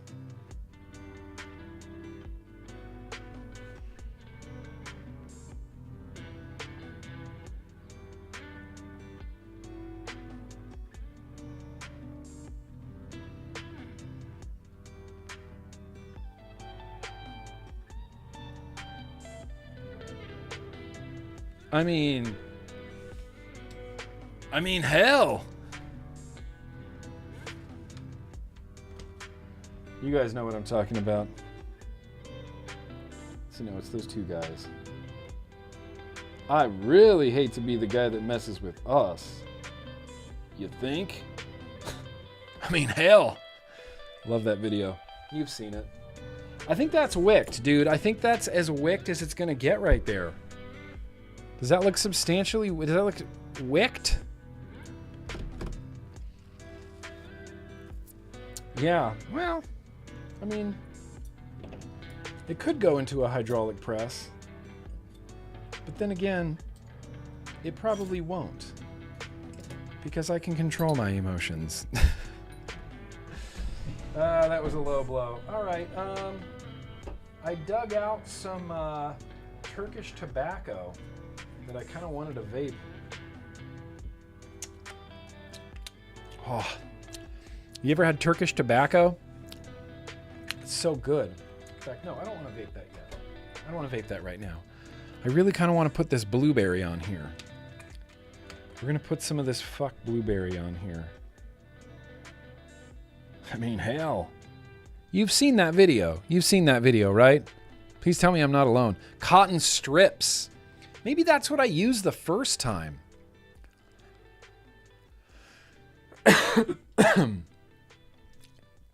Maybe. I see you, Jim. I see you, Jim, keeping it real on hashtag Twitch Gang.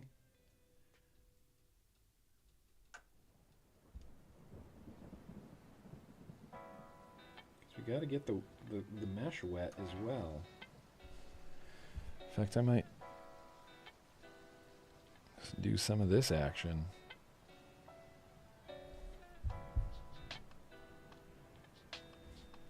I mean, hell.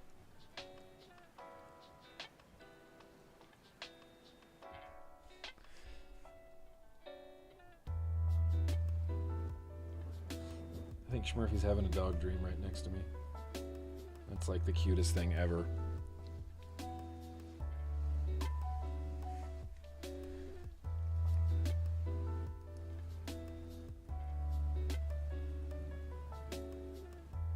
$44. 10 for the effort, but no mesh RDA can achieve a higher score for me than a 0 out of 10. Yeah, I understand that. I understand that phrasing. This is a thing where you and I are very aligned. Phrasing, very aligned. I might be a little bit wasteful with my cotton, but you know, when it comes down to it, we're aligned on mesh.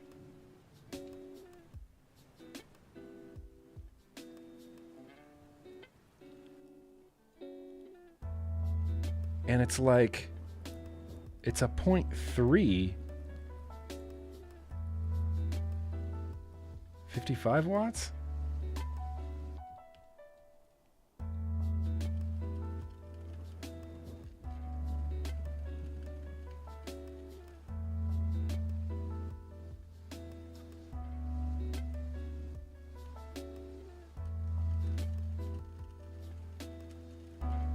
I can't believe a 0.3 mesh needs more wattage than that.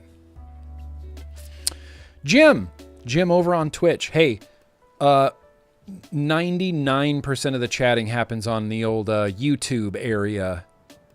Happens on the YouTube area, my Jim.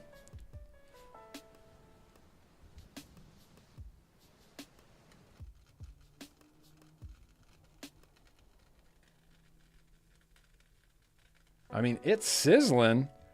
That's sizzling. But I can't imagine that this is going to vape well.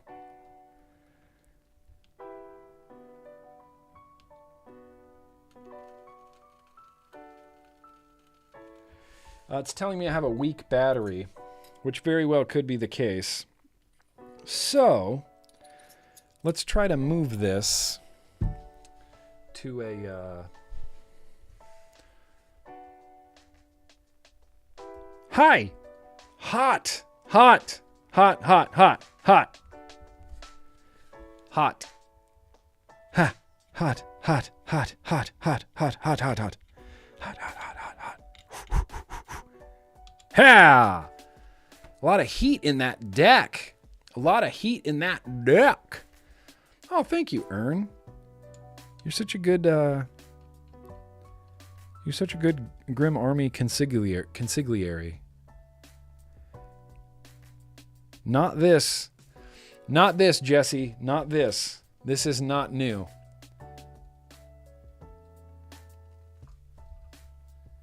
Yeah, see this... Uh-oh, uh-oh, uh-oh.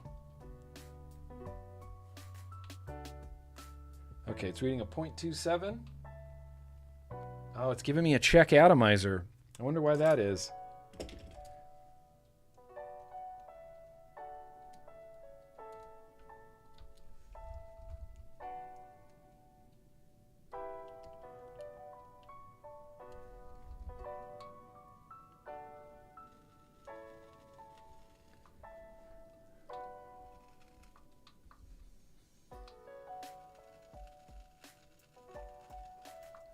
I think that's about as good as we're going to get.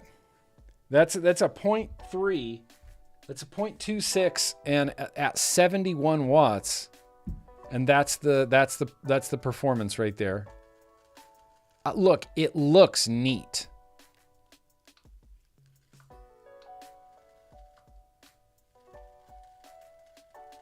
It looks neat, but it's just going to vape so bad. Swazzy. I'm coughing just looking at it. that could be the bong, but still. We're in a prison of our own design here. We chose this. I chose this. You chose this. And now I have to vape it. I will say it was a lot easier to build than I thought it was going to be. And it was a lot easier to wick, honestly, than I thought it was going to be. So now I have to position those airflow holes thusly across the frontly. And Then I have an internal AFC. That goes thusly across the frontly. Now,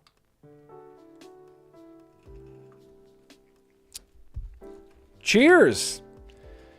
You guys chose this, so I'm blaming you for this. Why was vertical mesh never a thing? I'll show you in a few seconds when I vape this. I mean, you watch me build it too. Yeah, 10 to 15 mils of liquid per hit. A full Squonk bottle. Full Squonk bottle's worth of liquid every single hit. Let's try. This is a 0.25 at 71 watts. I have no idea. No idea if this is going to work or be good in any way.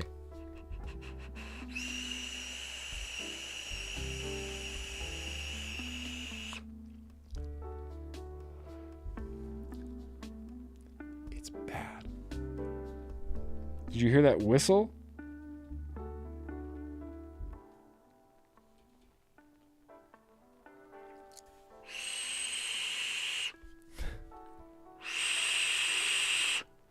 You hear that? You hear the whistle?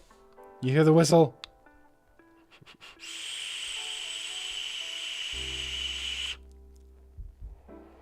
I mean, technically it vapes. The flavor of this is actually, it does kind of sound like a death whistle. It does kind of sound like an Aztec death whistle. Oh, Jeremy. How's it going, Jeremy? You think I think your dog can hear it too. I think my dogs are sleeping right through it. I'm honestly not getting any spit back. There's no spit back, which I'm surprised by too, Cornflower. But there is what I would describe as a whistle and a severe lack of any flavor. This is blueberry waffle. I've been vaping blueberry waffle off Superior coils since Tuesday for the last few days.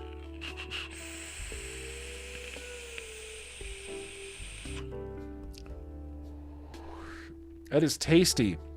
It is blueberry forward. It's like blueberry maple. It's really sweet. In this, it tastes like air. It tastes like nothing.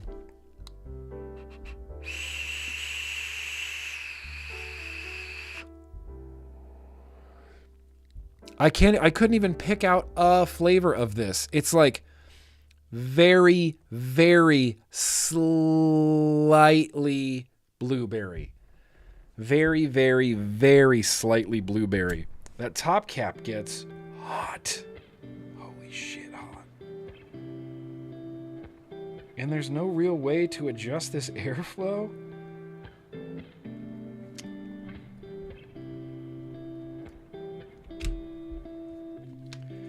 Hot. This is hot. And not in a good way. In a negative way. In a very negative way. Oh, that's a little bit better. I can shut down the airflow so it's not so Aztec death whistle.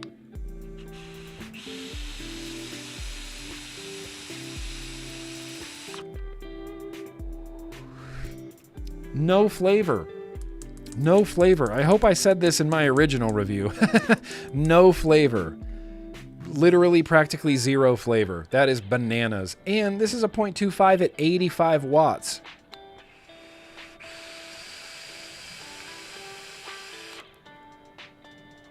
Okay.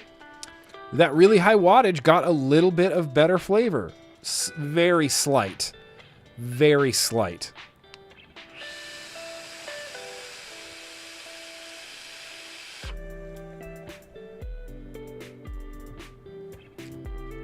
It's vaping. The temperature of it is that of the sun. It is hot, just blazing hot. Hot. It's too hot. It's too hot to put my lips even near the fucking top cap.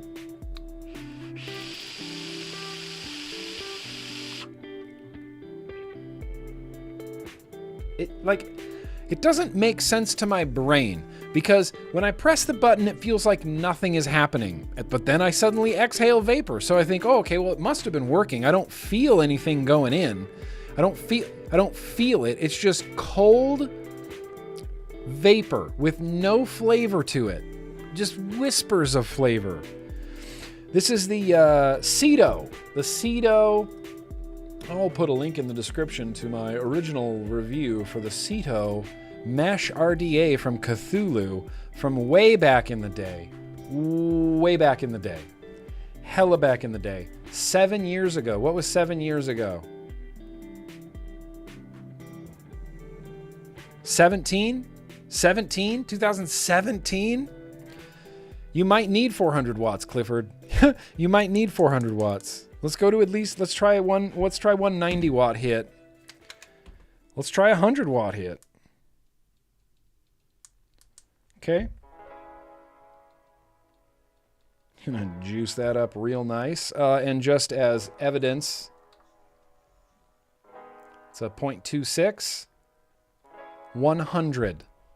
100. Cheers.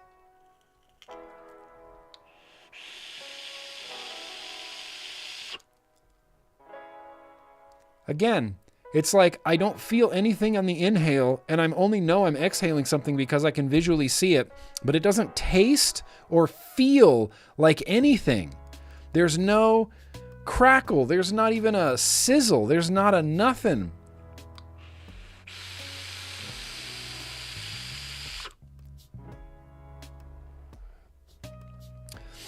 It's just flooded. Yeah, I've been flooding it like crazy. I don't want a mesh dry hit. I do not want a mesh dry hit.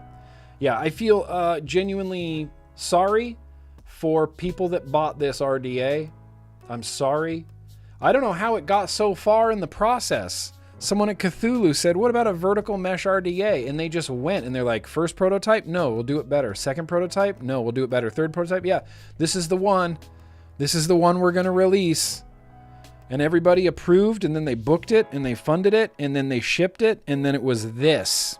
It was just... I've already wasted half the bottle.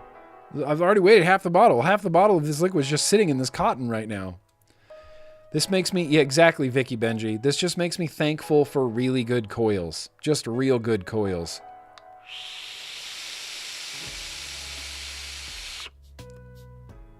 Again... I can't get over what a weird feeling it is to exhale nothing. It just feels like nothing. There's no flavor.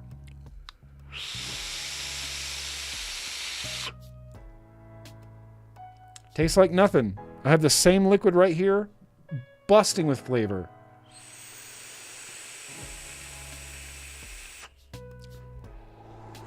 There it is. There it is. All right, keto. What a dumb retro vape. That was real bad. I'm shocked that I got it together so quickly, and I'm shocked that I got it wicked so quickly. I am unsurprised by the quality of this vape. Very unsurprised. If any of my yo-yoys want like a dibs on this, in fact, it's so hot, it's making the top of this mod hot. It's radiating heat so intensely. Whoa.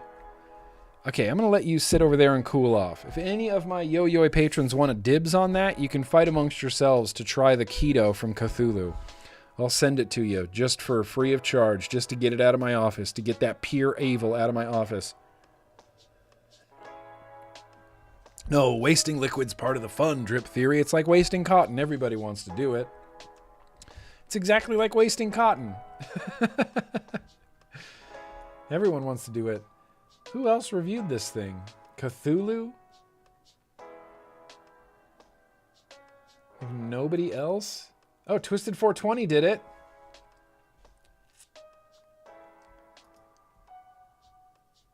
Hell yeah, Twisted 420. And Vape and Biker. Shout out to Biker.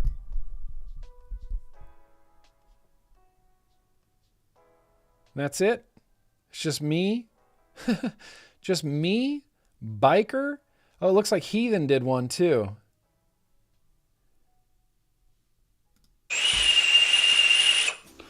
That was Vaping with Twisted 420's hit there.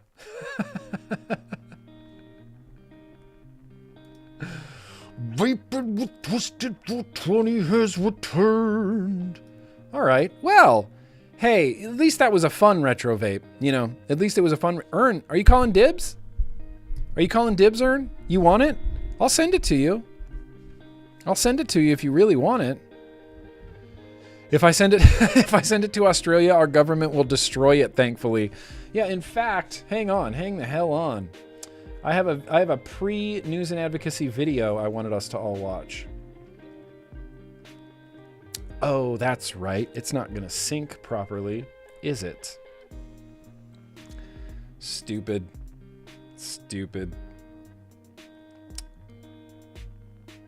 Oh no, here it is. We're gonna watch a quick video. Hang on, let me mute the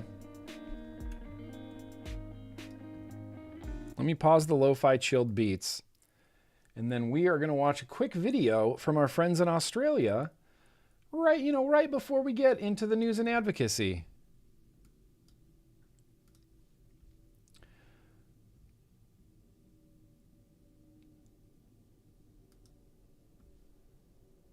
Hey, there it is. Let's watch this quick video. This is there's a documentary coming out on a news channel, I believe, that is going to be really, really very critical of Mark Butler, of your presidente, your leader, Mark Butler. So let's watch this. Hope it's not too loud. I'm sorry. Oops. Oh, nope. On the wrong thing. Window. I need my sounds back, please. There it is. Tobacco market is the largest black market. You've got 24 hours. If you're not out of here, the stock's going to get burnt down. For the last 18 months, of nearly 200 arsons across the nation. I'm absolutely terrified. We want the tobacco wars to stop. Sunday on 60 Minutes. Conflict between organised crime syndicates. It does end in that extreme violence and, in this case, murder. How does a young man become a kingpin in charge of $1 billion tobacco empire? He's very ruthless. He has no shortage of soldiers who will do anything from steal a car, burn a tobacco shop, to shoot someone dead. On 9 and 9 Now. I don't know what to make of that.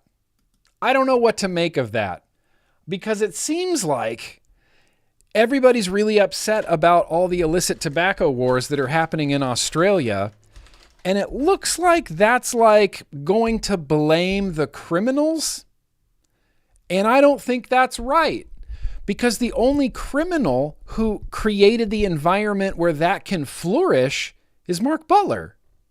He is 100% to blame. It's his policy that created that environment. It's not, the criminals are just capitalizing on people wanting nicotine. And that's the thing about prohibition, is when you prohibit something, you don't diminish the desire for it or the demand for it. You only get rid of the safe supply of it. And so that documentary on 60 Minutes looks a little bit like we're going to blame the criminals for this rather than the politicians whose policy created this environment and allows it to flourish, to continue to flourish. It's not going to get any better until the policy changes. You can be mad at the criminals all you want. You can go after them all you want. You can try to stop the tobacco cartels. You can try, but they won't have a reason to exist if these were regulated properly. That's crazy to me. Yeah, gang wars over vaping in Australia. I believe it. And you know who's to blame? Yeah, exactly, Steve-O. Oh my God, yes. And everyone told him it would happen. We always say the same thing to every prohibitionist. Well, wait till you see that illicit market pop up. And then they go, well, I can't believe there's this big illicit market now. And you go, what do you mean you can't believe it? What do you mean by that? What do you mean? What do you mean that you don't believe it? What do you mean? You created it. You passed the policy that allows this to exist and flourish and be, they're not doing it for fun. They're doing it for money because there's a demand for nicotine products. Woo! Woo! The criminals do the criminal things, sure. The fire bombings, sure. But the criminals wouldn't be doing the criminal things if the laws didn't enable them to. Maybe that's my, libertarian American streak in me. But without prohibition, there is no illicit market. There just isn't. Without exorbitant taxes and flavor bans and cigarette taxes, there wouldn't be illicit cigarettes. But the cigarette taxes are so high that people go, ooh, oh, you have them with no taxes? I'll take one of your packs, please, sir. I don't care where I get it from. But if it was legal and regulated strictly so that the Therapeutic Goods Administration knew everything that was going on, had tabs on everything coming into the country, and was regulating it based on safety only, they wouldn't exist. That environment wouldn't exist. Just straight up. There's no other way around it. It is the policy, period, that is responsible for all of the fire bombings. It's the policy. Sure, the criminals are going to do criminal things, but the criminals were doing criminal things, and then they saw, oh, look, Mark Butler just handed us another illicit market. Right on. Thank you, Mark. Now we get to continue doing criminal things, but with tobacco now. It's not about health. It's about control. We all know that.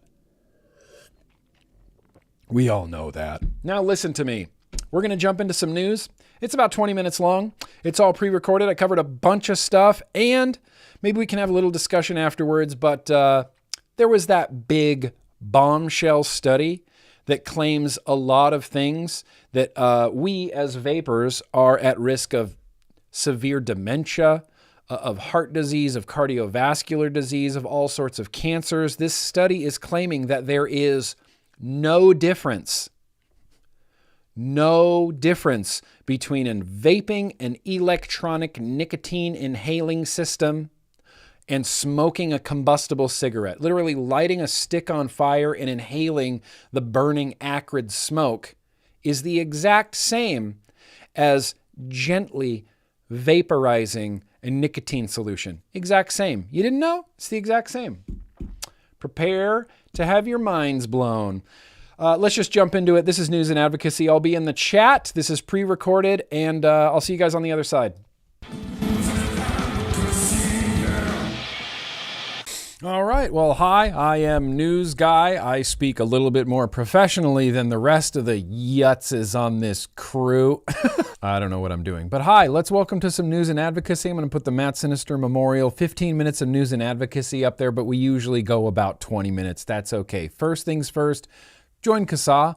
Why haven't you joined CASAA? It's free, it's easy, and any and all info that you need about what's going on in your particular state, CASAA will tell you. People constantly are asking me, wait, what's going on in California? I heard there's a flavor ban in California. If you were a member of CASAA, you'd already be all educated about this. You'd already know everything that's going on in California. Even News Guy has it. So please, for the love of everything vapey, just join CASAA. A few more real quick things. Still a petition to overturn the California flavor ban that exists. Still a petition in the UK. Finally went over 1,000 signatures. Again, I don't know if petitions in the UK actually do anything, and that's why nobody's signing this. I do also feel like it's better than doing nothing. And lastly, the eSig Intelligence US Vape Consumer Survey. If you are in the US and you consume vape, you should do the survey. It's right in the name. I also want to give some praise and bring attention to Lindsay Stroud of the Taxpayers Protection Alliance. She has done the Tobacco and Vaping 101. This is a 50-state analysis of all smoking and vaping going on in all 50 states, and she uses data to do this. Just mountains of data. Here, we can click on Montana because I'm going to talk about that in a second. And it's everything you'd ever need to know about smoking or vaping in Montana. In 2022, 135,000 Montana adults, roughly 15.2%, were currently smoking cigarettes. This is a 5.6% increase from 2021. and represents 9,980 additional adults smoking. In 2021, for every one Montana high school student that was vaping, more than 4 adults were currently using e-cigarettes. I personally find all of this information to be thoroughly fascinating. PMTA registry bills have kind of been sweeping all over the country, and Montana kind of passed their PMTA registry bill, but there's resistance to it. This guy, Ron Marshall, Montana House of Representatives, District 87, and also a vape shop owner, is essentially suing the AG. And his argument basically comes down to this. Knudsen, the AG in Montana, is an inextricable conflict of interest by virtue of the fact that both Altria and Reynolds were platinum sponsors of his January 11th, 2025 inauguration party, the lawsuit stated. If big tobacco companies are funding the Attorney General's inauguration party, yeah, that's a conflict of interest. Further, Attorney General Knudsen provided a January 28, 2025 op-ed in the Montana Newsroom media publication similar to those authored by other state attorneys generals after lobbying from Altria and Reynolds, which evidences an abdication of his duties to enforce the portions of the master settlement agreement. And I think Ron Marshall's actually really correct on this. It's a very similar situation as to what happened in Kentucky. Kentucky passed their PMTA registry bill overwhelmingly. All the Republicans, all the Democrats voted for it. But why did all the Republicans vote for it? Well, Altria helped fund building the new Republican headquarters in Kentucky. I'm not saying that's what happened, but it sure seems like it, and it sure seems like the Attorney General of Montana has kind of been, captured by money from big tobacco. Ron posts regular updates on his Twitter X feed about this lawsuit, and I'll link that in the description. And similarly to Montana, similarly to Kentucky, where elected officials have sort of been captured by money from big tobacco, similar things happening in Texas, not with nicotine vaping, but with other products that big tobacco has their eye on. SB 3 will ban all THC in Texas, not for public health and not for safety, but because special interest groups like Reynolds Tobacco funds GOP events like those hosted by Dan Patrick and Ted Cruz. This is corporate cronyism, not conservatism. Conservatism. There's Ted Cruz standing right in front of a Reynolds Tobacco monitor. Thank you to our Bluebonnet sponsor, Reynolds Tobacco. Just nothing to see here. Billionaire multinational companies using their money and influence to buy our politicians. That's fine. I was going to spend more time on this, but I already did an Instagram reel for it, so I don't feel like I need to. But this poor woman, 26 years old, Petra, oh man, she vaped for a year and then she went to the hospital. She claims she was vaping 10,000 puffs a day, which isn't physically possible to do. And then it turns out that the real reason she went to the hospital was because of EVALI. But that doesn't stop the American Lung Association from continuing to conflate EVALI with nicotine vaping products. Once upon a time, I thought, well, I can't be so cynical as to think that someone who's against lung cancer would actually want lung cancer to exist so that they can exist. But I guess here we are. We've already seen it happen with Campaign for Tobacco-Free Kids. And before I get to this bombshell study out of the UK, I do want to talk just a little bit about RFK because I finally watched his speech that he gave as the new head of HHS to, the public, to the press, to other people in HHS. And he says a lot of non-accurate things, many non-accurate things, but he does say a lot of really, really good things as well, and a few things that even I was kind of taken aback by, thinking, well, shit, all right, okay, I'm in. You son of a bitch, I'm in. This is the transcript of that speech, but he says, my main mission at HHS, which I hope that people will join me, is to reverse chronic disease epidemic in America. How are we going to do that? It isn't by replacing one paradigm with another one by force. I'm not going to come in here and impose my belief on any of yours. Instead, we're going to work together to launch a new era of radical transparency. Those are two words that I like together a lot. Only through radical transparency can we provide Americans with genuine, informed consent, which is the bedrock and the foundation stone of democracy. Yes, good Lord, informed consent. That's all I've ever wanted is informed consent. I guess it helps if you're seeing what I'm seeing. On a basic level, I trust the idealism of most of the people who work at HHS. I also understand the corrosive power of money as it infiltrates and captures institutions like ours. My goal as secretary here at HHS will be to create a culture of competency, of ethics, of openness, of transparency, of caring, of pride, so that individuals who share these ideals can flourish and thrive. Sure, those who are unwilling to embrace those kinds of ideals can retire, but I understand that it is a system and not the people in it that maintain. I'm dyslexic as a fucking upside down bat, okay? And I don't know why it's so far off to one side. I don't know why this text isn't centered. This paragraph, I really would high five him for this paragraph. We will remove conflicts of interest on the committees and research partners whenever possible, or balance them with other stakeholders. We will shut the revolving door to establish public trust. We will make our data and our policy process so transparent that people won't even need to file a FOIA request. Another reason why our agencies have lost public trust is they've become too politicized. Well, our health should not be a political issue. As I said to President Trump the other day, there's no such thing as Democratic children or Republican children. These are all of our children, and all of us want to keep them healthy.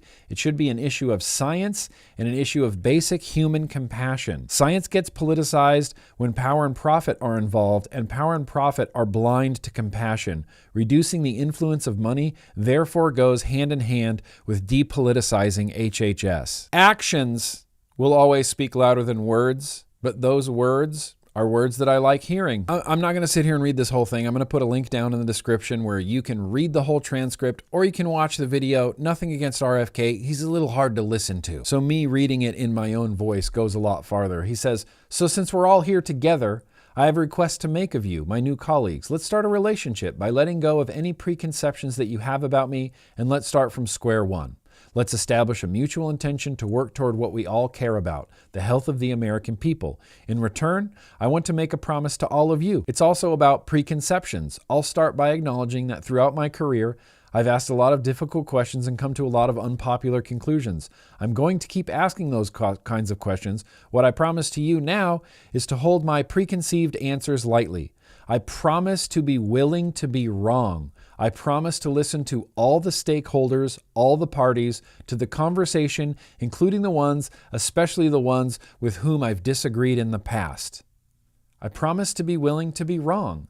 That is something that a man of science would say. I promise to listen to all stakeholders. If there's one thing that FDA and HHS have done throughout the entire vape debate, is they have not ever listened to stakeholders. I said it last week. I'm going to say it this week. All I want is for RFK Jr. to be a man of science. And in his first speech, he said a lot of things that leads me to believe he could be a man of science. He has said many other things that leads me to believe he's not, but his most recent speech, and these are just words at the end of the day, words that maybe we want to hear, maybe that I definitely want to hear. I'm so extraordinarily cautiously optimistic about this. Super less optimistic about this.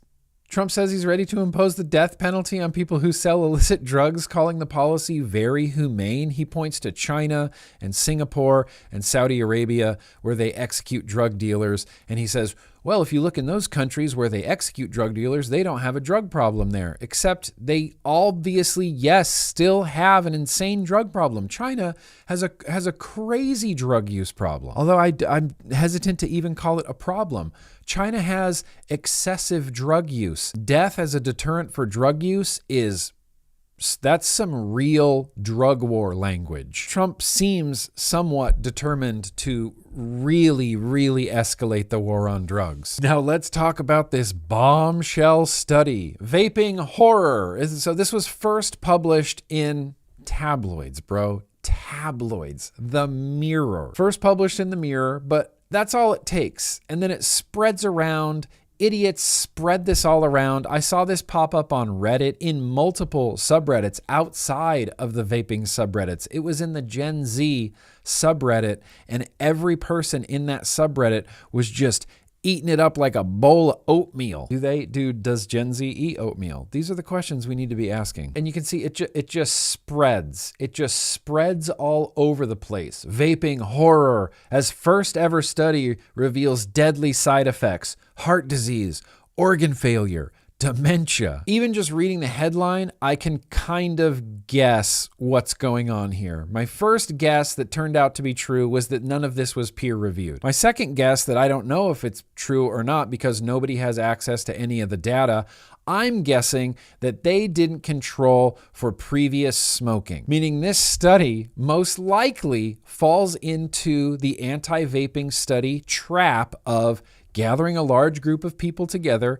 separating them into vapors and smokers, not realizing that all of the vapors were previous smokers. And that if a vapor has COPD, it most likely isn't due to the 3 years of vaping. It's most likely due to the 20 plus years of smoking. Vaping may be more dangerous to the body than cigarettes, and saying shit like that only makes people who smoke more.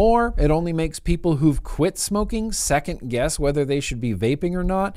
This actually adds death and disease into the world. Vaping may be more dangerous to the human body than cigarettes, putting long-term users at the risk of dementia, heart disease, and organ failure. According to the author of a bombshell study, inhaling nicotine vapor from e-cigarettes has been described by the NHS as substantially less harmful than smoking. But Maxime Bowden, leader of the world's first controlled study into vaping's long-term effects at Manchester Metropolitan University, which concludes in March, believes the health threat to vapors is even worse because of how much harder it is to control. This is the reason. Because of how much harder it is to control. Can you guess what the researcher says next? Yeah, they use the time limit. They use that cigarettes have an end. Smokers tend to go outside and smoke. Once the cigarette is finished, they have to light up another to keep going. But with vapes, you just keep going, and it's much harder to know how many puffs you've had. 6,063. I know that's how many puffs I've had. It's much easier to vape continuously because you can do it in places where smoking might be less acceptable. Shocked by his own findings, he says, "What we have found is the dangers for someone who keeps vaping are no different from smokers." Yeah, no shit he was surprised by that, because that literally flies in the face of all current established science. That flies in the face of Cochrane Tobacco Addiction Group. That flies in the face of the Royal College of Physicians, of the National Institutes of Health. Our own FDA and CDC don't even say that it's just as bad as smoking cigarettes. That's insane. We joined the study in its final weeks and saw that smokers and vapors achieved a flat reading, signaling damaged artery walls that can no longer dilate, an almost certain sign of serious cardiovascular problems. Further tests prove that the blood flow in smokers and vapors is similarly impaired, making them at risk for developing cognitive dysfunction, including dementia. Dr. Bowden, a senior lecturer in cardiac rehabilitation, believes the damage is due to inflammation caused by nicotine, as well as the metals and chemicals found in vapes. Oh, scary chemicals found in vapes, which includes propylene glycol, vegetable glycerin. Substances in the chemical flavorings, such as carbonyl compound, are known to cause inflammation and oxidative stress, which can lead to artery inner wall damage and cell death. This is, pretty clearly a case of a doctor having a conclusion and then wanting to do the science to get to that conclusion. That's why it's in a tabloid, and that's why it's pre-peer reviewed. That means that only he has looked at this data and only he has conducted this test, and no other scientists, no other doctors have even looked at the data or scrutinized his tests. This is no different than Stanton Glantz releasing that study saying that vaping leads to myocardial infarction, and then 3 months later, after all the headlines have been dispensed out into the world, and then 3 months later it gets retracted for using unreliable methodology. I'm assuming that this is the same unreliable methodology. Like I said before, they probably didn't count for previous years of smoking. Vaping will do a lot, and it will improve a lot of health outcomes, but it's not in a few years going to undo the damage from decades of cigarette smoking. Our old pal Farsalinos tweeted about it and said it is irresponsible and unacceptable for a science to make media statements before completing/publishing his study and while ignoring the strong epidemiological evidence against his media claims. Look at that, there's a little community note down there. Stories based on data which isn't published yet. Unpublished, unpeer-reviewed, junk science. Volunteer criteria was minimum 3 months smoking and vaping. And as the note points out, 3 months smoking abstinence is not enough. 10 to 15 years is needed. At least. Study period of 2 years is not long term. We have studies already longer than that. We have 5-year studies. We have 10-year studies. Sarah Jackson here is the president of the SNRT Europe, and she says, incredible to see scientists publicizing findings of an unpublished and seemingly unfinished study in this way. Evidence requires scrutiny, particularly when it directly contradicts a wealth of published literature. This will fuel misperceptions and keep people smoking longer. Yeah. Ricardo Pelosa spoke up about how ridiculous this is. Christopher Snowden spoke up about how ridiculous this was. Michael Siegel spoke up about how ridiculous this absolutely is. Researchers of a severely flawed study conclude that vaping is just as harmful as smoking and causes heart disease and dementia. This is a fatally flawed study and shows how far certain researchers are willing to distort scientific rigor in order to condemn vaping. Do you see the fatal flaw in the study? The fatal flaw is that researchers apparently failed to confirm that the vapors were not ex-smokers because the overwhelming majority of vapors are using e-cigarettes in an attempt to quit smoking. It is highly likely that the vapors in this study were ex-smokers. Because of their young age, they likely quit smoking quite recently, perhaps 2 to 3 years earlier. Thus, this study did not show that vaping is no better than smoking. Instead, what it showed was that the respiratory function and exercise capacity of ex-smokers takes a while to return to normal. It does not go back to normal within just a couple of years. This is not surprising. The lung damage done by smoking is so severe that it takes the lungs a long time to fully recover, even after someone stops smoking. The correct way to conduct this study would have been to compare never smokers who vaped with never smokers who never vaped with smokers.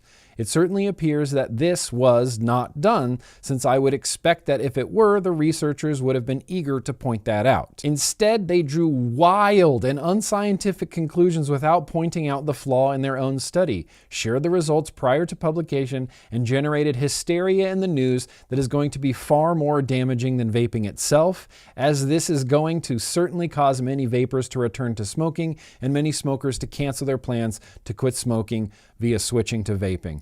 Yes, if this study is eventually published, and no reputable journal would do so, it would be too late to reverse those headlines. Therefore, I believe this behavior is irresponsible and should be retracted immediately. Even that will not reverse the damage, but it would be better than nothing. Mike Siegel. Like I always say, whether it's RFK being a man of science or a poorly produced study, time will tell us everything we need to know. If this gets peer-reviewed and published, then we'll know. If it doesn't, then we'll know. But Michael Siegel makes a great point. The headlines are already out there. This is like an EVALI type of thing. This is going to linger. This is going to stick around. Future prohibitionists are most likely going to point to this study unless it gets completely retracted. But that doesn't stop prohibitionists from referencing the retracted Stanton Glantz study, the retracted American Heart Association study. It doesn't keep prohibitionists from referencing EVALI despite that being debunked 1,000 times over. It takes quadruple the amount of effort to debunk something than it does to just produce junk. And sorry, last thing, Governor Gretchen Whitmer proposes a new tax on vaping products in Michigan. And don't forget that Larry Ellison, who is a co-owner of Twitter with Elon Musk, wants omnipresent AI cameras everywhere to ensure that everybody is on their best behavior. I don't know exactly where we are at in the vlog right now, so I'm assuming we're probably most likely going to jump into some super chats. Thanks. I'm News Guy. I'll see you next week. Hey, well, News Guy. So professional, so well-spoken. Well done, News Guy. Come on, let's just hear for News Guy. Just a little bit. Just thank you, news guy, for going through the news, sorting through all that nonsense so I don't have to. That's a real stand-up job you did there. Junk science. Non-peer-reviewed, non-published science. They definitely didn't account for smoking. Nope. We've seen this before, though. That's the thing. Those of us that have been in this for this long, we've seen these studies before already, and it'll eventually come out with bad methodology, and they'll go, oh, well, it turns out that some of the harms that we were attributing to vaping were actually caused by smoking, just like American Heart Association did, and just like the World Health Organization did, and just like Stanton Glantz did. It's weird that we all have this odd methodology that doesn't seem to pass peer review, like when another scientist looks at it and goes, this doesn't make any sense. Peer review is important. This is why I have phrasing for the Tuesday Vape Fiddles. Peer review on my cotton. That's important. He can chime in and go, actually, there's a better way to do this. You're using too much cotton. I'm going to go now. That's usually what happens. I'm going to go now. I don't want to watch you anymore. Unsubscribe. So yeah, listen, there's a lot going on, but RFK did say a few pretty interesting things. I will have links to literally everything that I talked about in the description of this here video. F the FDA. And that can only mean that Mitch Zeller wants to do some super chats. And I believe there was a nomination for a moderator position. So I think we're going to welcome you know who it is. It's the one and only. It's the Shadow Man. Welcome to being a moderator. Appreciate you. Use your power wisely. Use your power wisely, Mr. Moderator Man. Right. You can drink 2 gallons of whiskey so long as you don't drive home or harm other people, but vaping has to be banned because it's dangerous for us. Dumb. That's some dumb shit. That's when my American libertarian comes out and goes, it's not the government's job to tell me to eat or not eat anything. Leave me alone. I don't care. I can eat, if I want to eat cheese every day, just a block of cheese, like a block of Tillamook sharp cheddar cheese. If I want to eat a block of cheese every day, God damn it, I'm a free adult American. I am allowed to eat a block of cheese every day. If I want to drink myself to death and drink a handle of Jack Daniels every 2 hours, I should be allowed to do that. People will probably encourage me not to. Friends and family will probably encourage me not to. That's all normal stuff. But as soon as the government steps in and goes, actually, you can't do that anymore. Nope.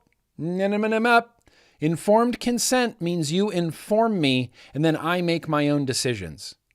This is everything I've ever wanted for tobacco. All the FDA has to do is go, okay, well, here's what cigarettes do to your body. A lot of bad stuff. Here's what heat not burn does to your body. Way less bad stuff. Here's what vaping does to your body. Here's what pouches do to your body. All of these products are legal. You decide which tobacco product you're going to use. Informed consent. It's a beautiful thing. It's a beautiful thing. Congratulations, Shadow Man. Congratulations. You look good in blue. You look good in blue. I think we're pretty good with moderators these days. I think we got a solid lineup of moderators. And of course, anyone's always welcome to step down, pass their blue wrench to somebody else. You know, I like picking and choosing my moderators. It's fun times. Use your responsibility well, Shadow Man. Use it well. Appreciate you. What was that? How did you do that? Oh, we're reacting. Oh, I'd never seen that before in the chat. Okay. Well, let's jump into these super chats. Sick boy. Sick boy. If you have had a mesh dry hit and still tried mesh again, you are the type of person who would pet a lion with a bloody hand. You think that's an equal comparison? You think that's an equal comparison? Vape mesh. I mean, that's a pretty equal comparison, actually. Yeah. That is. Maybe that's more badass. Maybe that's more badass than hanging out with bloody lions and having bloody lions lick blood off of you, licking like a gazelle blood off of you. It's like, whoa, that guy's kind of badass, but did you see this guy vapes mesh? Oh, easy now. Easy now. You know the dry hits on that. Yeah, it's kind of like Highlander phrasing. It is that is how the wrenches work. It is kind of like Highlander. It's kind of like Highlander. All right, you guys. Oh, that's right. Super chat. Sick boy. That's what we had. Sick boy. Thank you, sick boy. And just Yosh. Vaping saves lives. Fact. They just do. And that's the great thing is they will. They're just going to continue to do that, even in an illicit market, even in a regulated market, even in a consumer vape shop market, maybe even in a pharmaceutical market, although at a much smaller scale. Vaping works. It just works. People quit accidentally with vaping, and it's going to continue to work. It's just going to continue to work. There was a doctor I saw today on Twitter X. Schmurvey. He really wants to go outside. Let's get through some mail and let's do a liquid tasting so I can take my my little Schmurfy boy outside. Don't remember where my my thought was going there.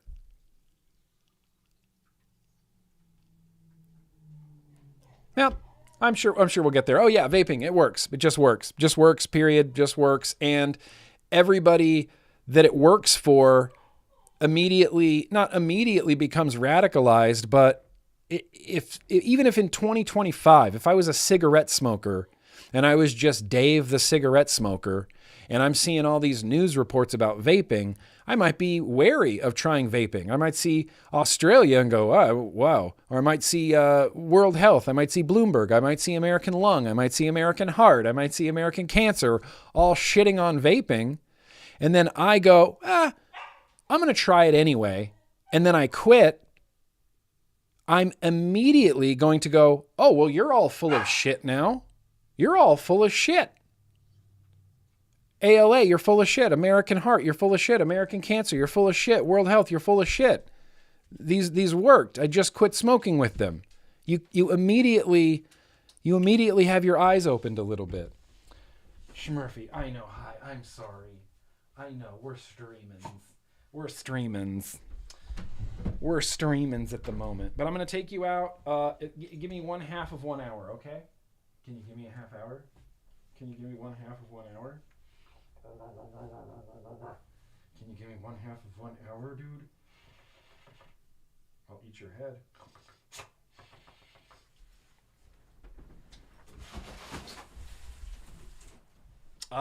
There's not a big mail call today, but there is a mail call today.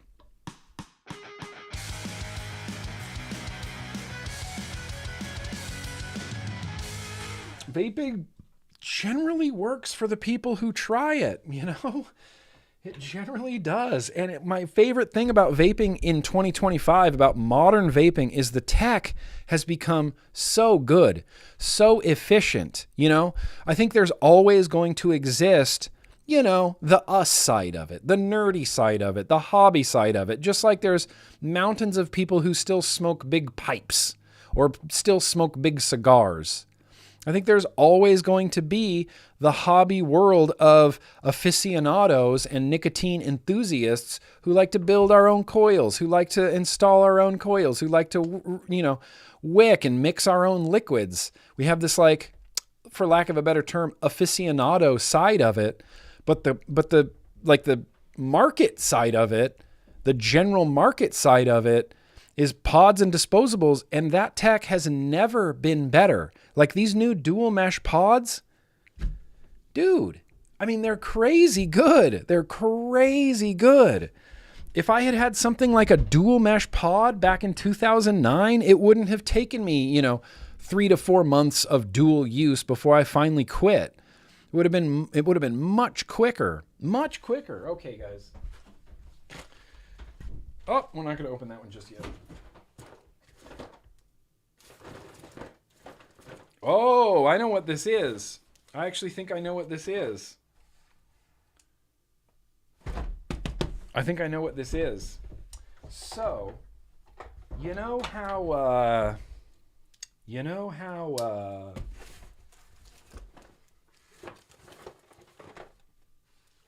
Serenity now.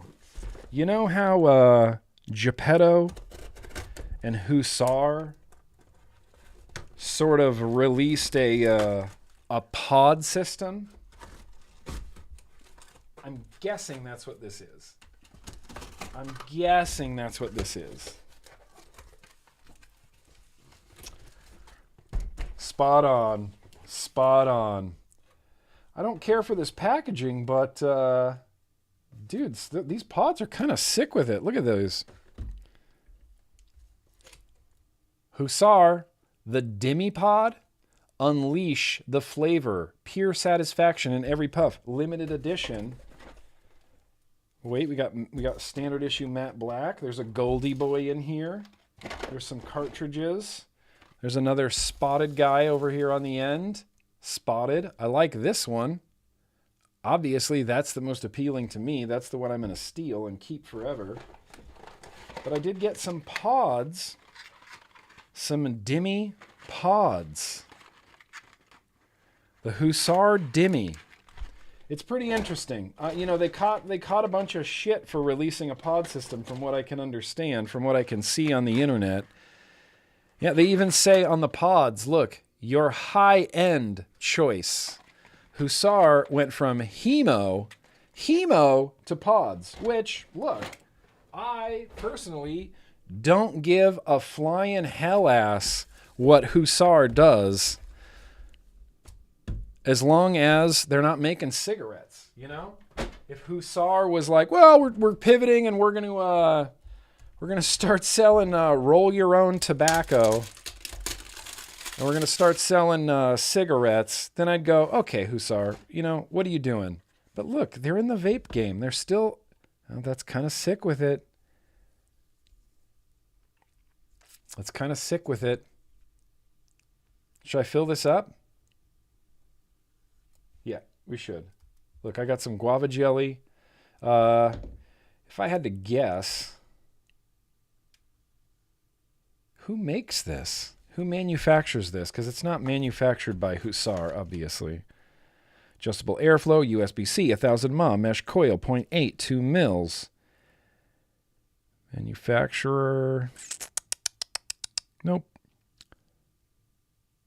It says, oh, distributor. Yeah, I mean, obviously it's made in China. Going for some deep cuts. So is Hussar doing the machining for other people and only releasing pods in their name? He had a live, but I didn't watch it. You know what? I don't know. I'll hit him up. He texted me on WhatsApp and asked for my address again and said, hey, I want to send you something. And so I thought it was going to be like, you know, some new side-by-side with that new platform or something like that. But it's not. It's a pod, and I'm just as excited about it because I'm a pod guy. I'm a pod nerd. There's a 0.8. Drop it in. Oh, yeah, look at that little digital display right there. 0.8, 16 watts. No buttons, no nothing. It auto-adjusts the wattage, and all I have is an airflow control on the side there. And I really like the way this pod looks. I want pods with some style, man. That's why we did these. Bogan released one, Matt released one, I released one. Just pods with cool shit on them. Pods that don't look like corporate meetings. You know? Like, that's kind of slick. It's kind of sick with it, but it's really just plain. It's real just two-tone plain circle screen. This, at least, has some, like, I don't even know. There's a little bit, it's kind of cooler than other pods, isn't it? I like this. Let's try some.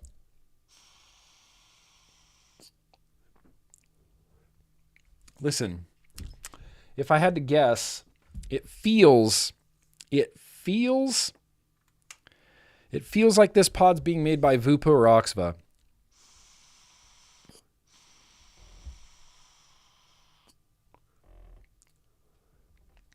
Good flavor. It's thick. That's a good airflow.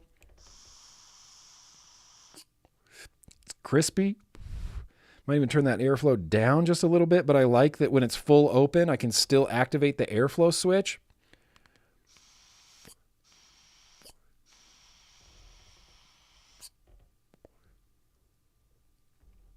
Okay, Hussar. Okay. Look, I'm going to review this. Time will tell me everything I need to know. Is there a puff counter? Hell yeah, there's a 4-digit puff counter. So we're 8 puffs in. I'll catch up with you guys when I reach 1,000. But wait, there's more. But wait, there's more. I got 2 more. I just got 2 more packages. I had a feeling that Hussar pod was in there. As soon as I saw the pod post on their Instagram, I knew that's what it was. Oh, hey now. Hey now. What is this?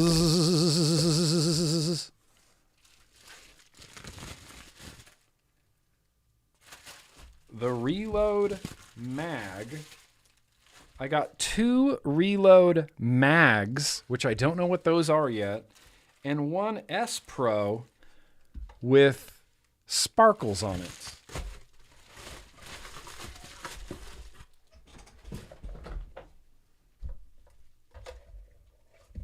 Let's look at this S Pro first. Oh shit. Hey now. Well, here's the thing. I may not ever use this, but that doesn't mean that nobody else will. That is a sort of a bedazzled reload right there. Reload! It's the S, it's the Reload S Pro. This is a good RDA. That is a damn hell-ass good RDA, but that is definitely bedazzled. That is definitely bedazzled. Exhale, you're not on the wrong platform, but 99% of the chats happen on the YouTubes. Exhale, but I appreciate you. You can hang out wherever you want. I'm not the boss of you. I don't ever want to be the boss of you. The Mag. Oh, shit. Hey now. Look at that. Look at that. Look at that. Look at that shininess. Look at that shiny Reload Mag. Look at my dirty fingernails. Look at that shiny Reload Mag.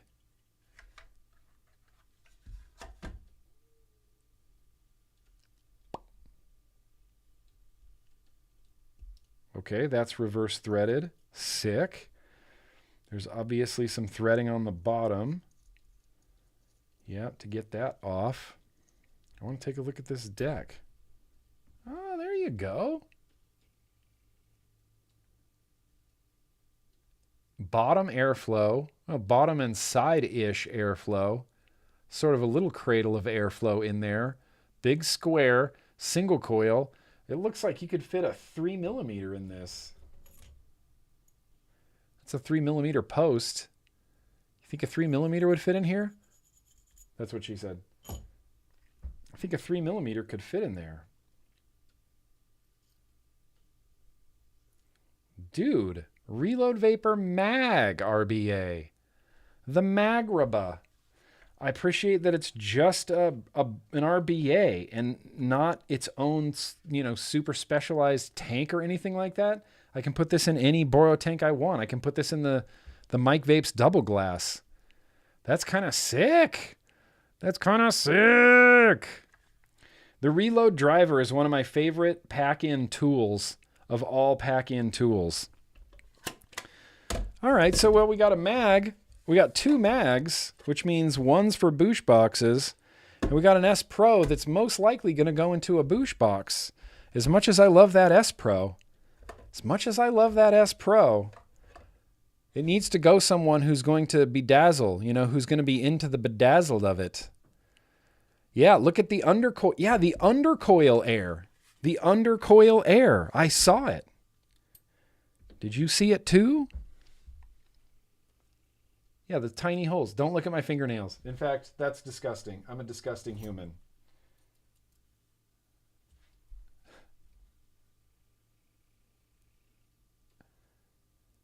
Yep. There's tiny airflow holes along the side and airflow straight up out of the bottom. I want this to be cloud chasey, you know? That's what I really want. I want this to be cloud chasey. Well, look. If you want to join us on Twitch every Tuesday at 11:30 a.m., then I'm going to be building this for sure. For sure, Reload Vapor Mag, the Magraba.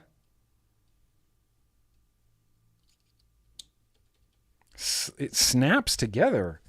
That was like Kennedy-ish, snapping together. Sick. Sick. Well, I mean, look, this is already the best vape mail, and I have one package left. I don't know how much I'm supposed to show of this, though, you know? It feels a little self-serving, but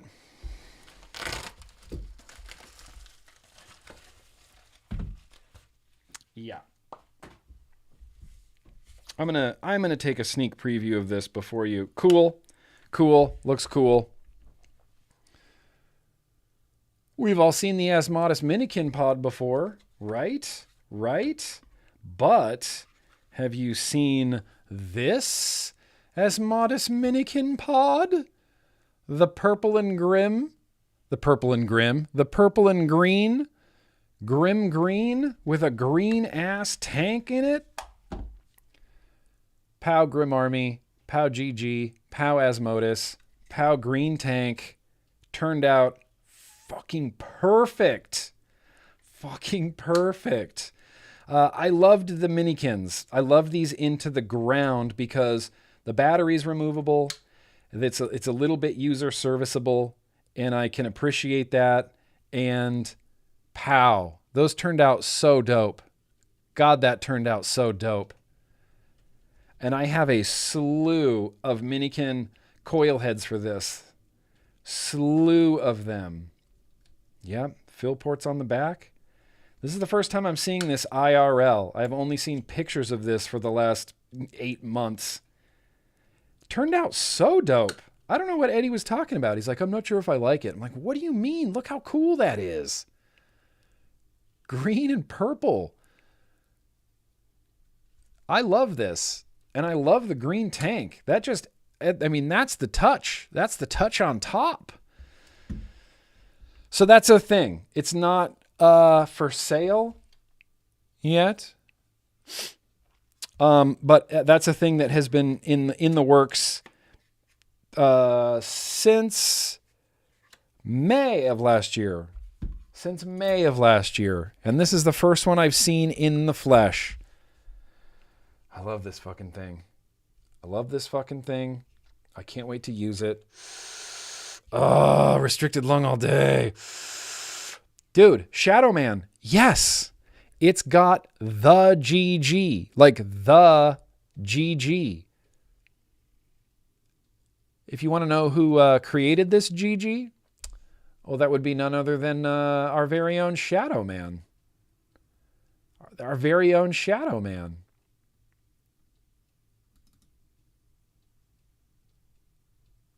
Yeah. I'm sorry. I'm trying to find the original, which I don't have. Well, this one's going to be a sticker at some point. But yeah, it's the GG. Let's see. Can I line it up?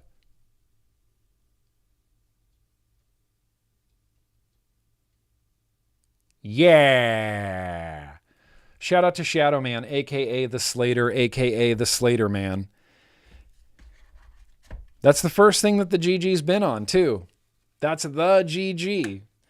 Don't worry, Slater. You will get one. You'll get one. You don't have to buy one. You get one. You drew the logo for it, and you didn't let me give you any money for it, so I'm going to send you like 15 of those. I'm going to give you like 15 of those. No, Shadow Man did the logo. Shadow Man drew me that logo. Shadow Man is, I'm not sure if you know that Shadow Man is a world-class tattoo artist. World-renowned, world-class tattoo artist. And occasionally when I'm feeling creative, I slide in his DMs and throw him some ideas. And when he's feeling creative, he'll drop some shit and send it to me. And we just kind of go back and forth. And we've been working on some, or I should say he has been working on some logos and the such as for me. which I'm very thankful for. He drew up the yo-yo tendencies, which is going to become a sticker as well. Hell yeah, Asmodus Minikin Pod. Hell yeah, Hussar Pod. Hell yeah, Reload Vapor Mag. That's a damn fine mail, if you ask me. We should sing happy birthday real quick before we do any sort of very random liquid tastings. I think I've gone over everything I wanted to go over, except I didn't ask you guys what year is considered retro. What year? So if I start grabbing vape stuff from like 2020, that was 5 years ago. Is that retro? 2019 is 6 years ago. Is that retro? I feel like 2019 right now is the cutoff for retro vapings, and nothing newer than 2019 could be considered retro. But then I still even feel weird about that because I don't know why. I don't know why. Oh, yeah. The Shadow Man's wife, Libby? Hell yeah, Libby. Shit, yeah, Libby. Pre-2016 is what's considered retro. Okay, 1950. I'll try to track down my 1950 atomizer. Anything under 2018? Okay. See, Apathy Miller's just like anything like last year and back is retro. Wait, Johnny Cash's birthday? All right, Johnny Cash. I ain't never sung happy birthday to no celebrity. James R. Holy shit, James R. Happy birthday. Hell yeah. Let's see, Steve-O, didn't you start in 19? Did you start in 19? I know that I'm going to be able to hands-free this too because I can feel myself biting this really nice tip. Look at this really nice tip. Oh, my battery's exhausted.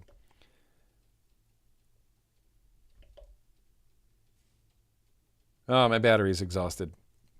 It's just got a nice little tapey to it. Nice little tapey.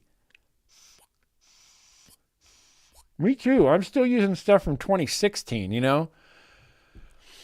All right, so anything pre-2019 is retro. All right, I'm going to have to keep that in mind. Always bite the tip. Always bite the tip. Never not bite the tip. 100% bite the tip. What are you kidding?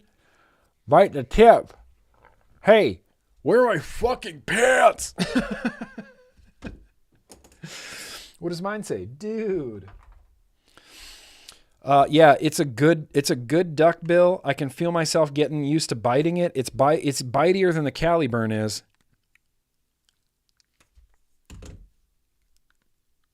Oh, so bitey. So bitey. Effortless bitey.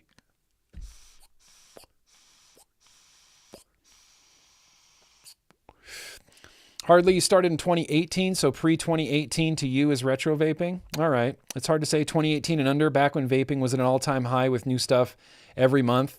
Cloud chasey, whatever. Yeah, that's like, I look at that time frame as like 2015 through 2017. It seemed like 5 to 6 new things were being released every month. Maybe even more than that. It felt like a weekly thing. New RDA, new mod, new this, new that, new drip tank, new RDTA, new this, new that. And then, forget about sub tanks. When sub tanks hit, it was like companies would reach out and want to send me all their sub tanks. And I'm always like, yeah, I'd like to try them, but I don't know if I'm going to review each individual sub tank. That just seems like I don't want to do that necessarily. And so that's why if you go way back into like my videos in 2016, there's a bunch of, here's 8 sub-tanks all together. Here's 5 sub-tanks all together. Because it was like weekly new shit was dropping. Weekly. But we knew that wasn't sustainable. That wasn't going to last forever.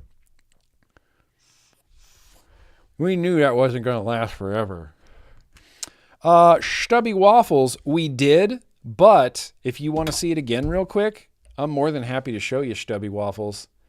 I'm not going to go into too much depth, but that's what it looks like.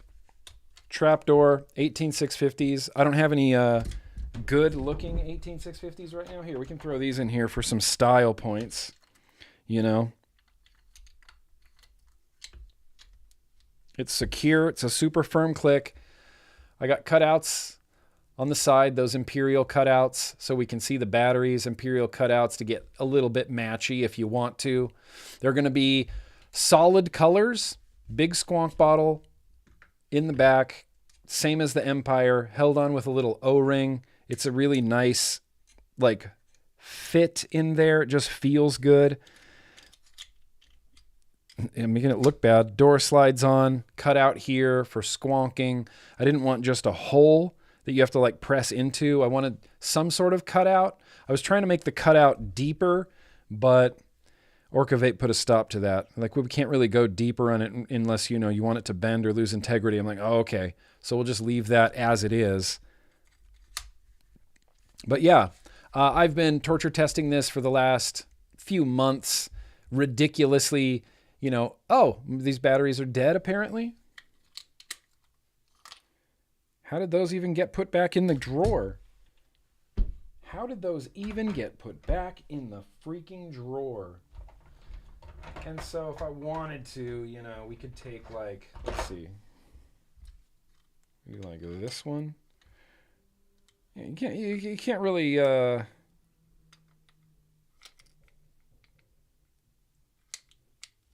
know, I can get a little butt right there, just a little butt poking through. Just a little butt. But I've been running this at like, you know, 0.11s, 0.10s at over 100 watts for months and months. I really just wanted to make sure that the chip is going to be what holds up. And it's a good size. I think 21-700s would be too big in the palm. But then again, you know, there's people that have much bigger hands than me. Much bigger hands than me.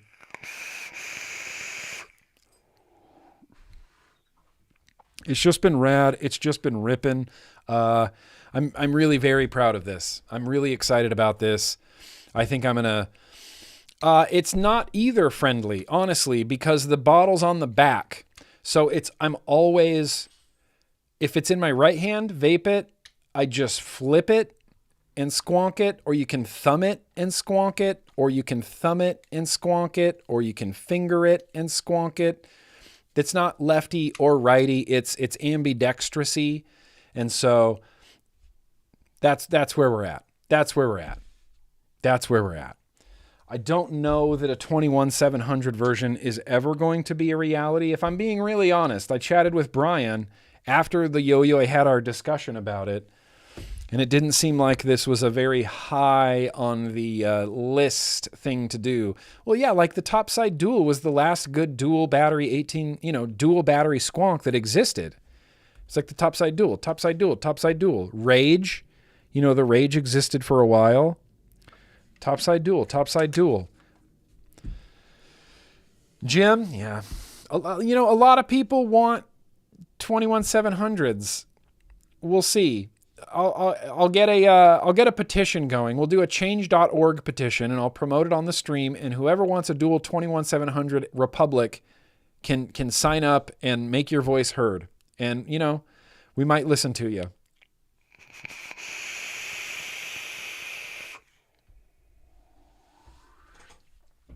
But it's been busting. I can't wait for this to come out. I'm really excited about it.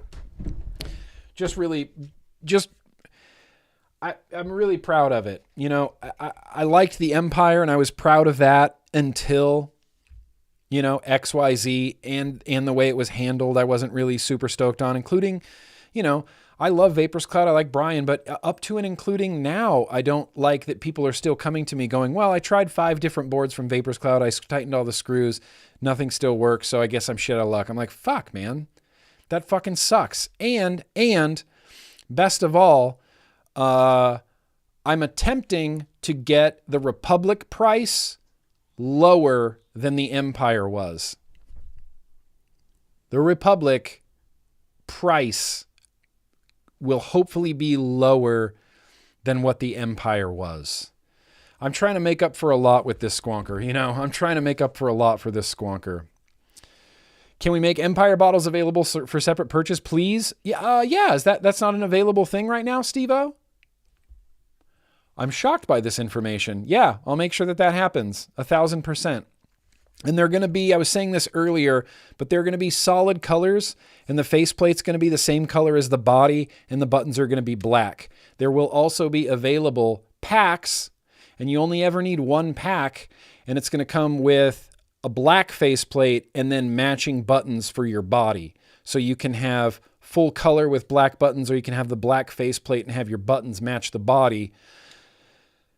Just because I couldn't decide. I couldn't ultimately decide. I said, can't we do both? We said, oh yeah, here, let's figure out a way to do both. So that's the way that we're doing both, because they both look super dope. Yeah, there's a Schneeko on the bed down here. There's a Murphy underneath my desk. He desperately needs to go outside and urinate, I believe. So that means that we have officially arrived to the last segment of the vlog. Appreciate you guys. Let's randomly taste a liquid. Shirts off, you know, in the pit. Shirts off in the pit, shirts off in the pit, shirts off in the pit.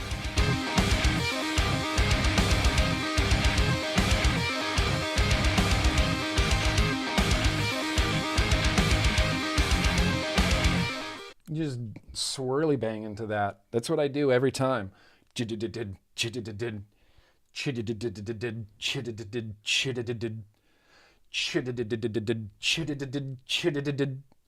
Swirly banging. All right, let's do a very random liquid tasting right now. I'm going to put a poll in the chat.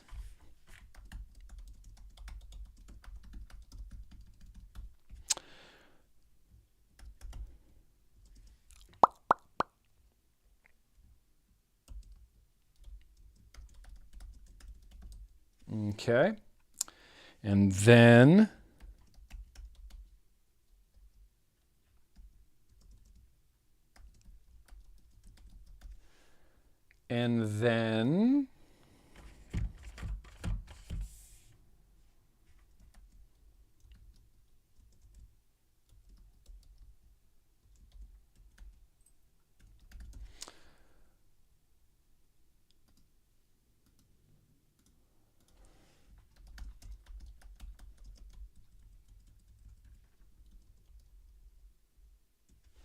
Okay. So, you could already see everything that was going on. Okay, so the first one is going to be the FCK Maui Butter Cream. I've been vaping the Blueberry Waffle from the same company, and it is legit goodness. I'm not sure what happened. This got a little bit, leaked on, but it kind of makes it look more metal. Stevie's Collective Raptor Rage, which is a cherry chewy sweet tart. A cherry chewy sweet tart, or the Lunar Japanese ice cream, which I call Lunar Matcha ice cream, or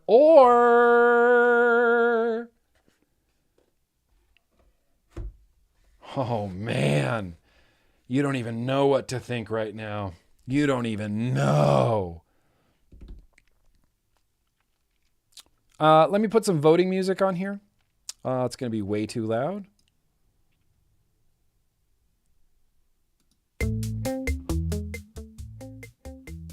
So please vote. If you don't vote today, then you don't get to vote.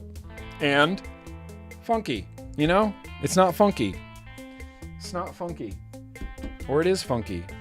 Actually, I'm going to need to re-wick real quick while you guys are voting. That's fine. Just do this quickly. I need about 3.5 feet, 4 feet of cotton to make this happen.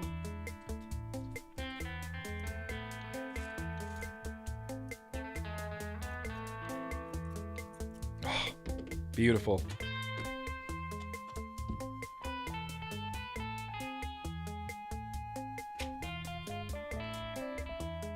Don't worry, I won't make you look at the wad of cotton.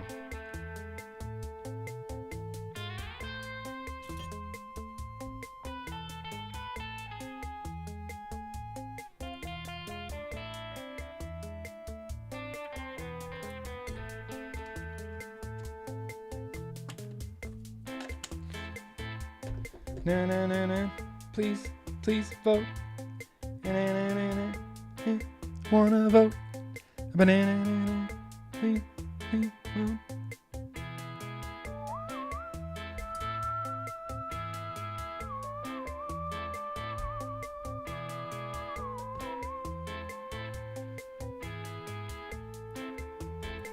I ain't got no RDA for tasting.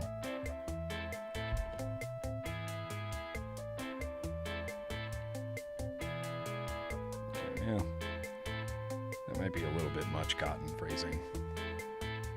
I'm really trying to watch it though, you know. I haven't looked at the voting yet. Is the mystery box winning?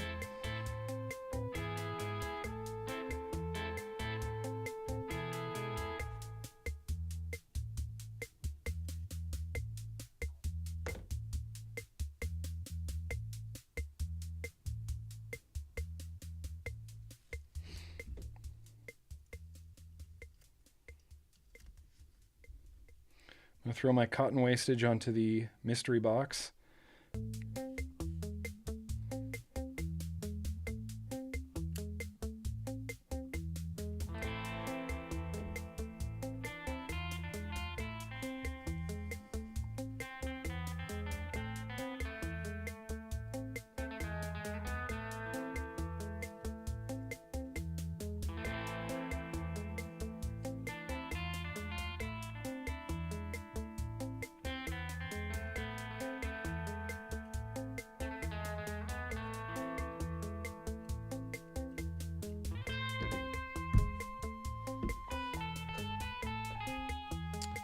All right, let's see where we're at.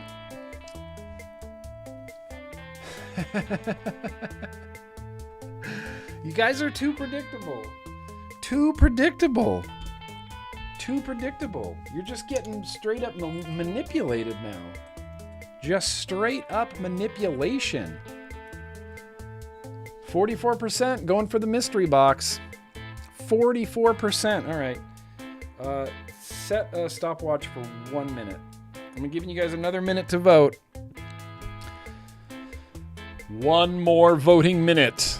One more voting minute.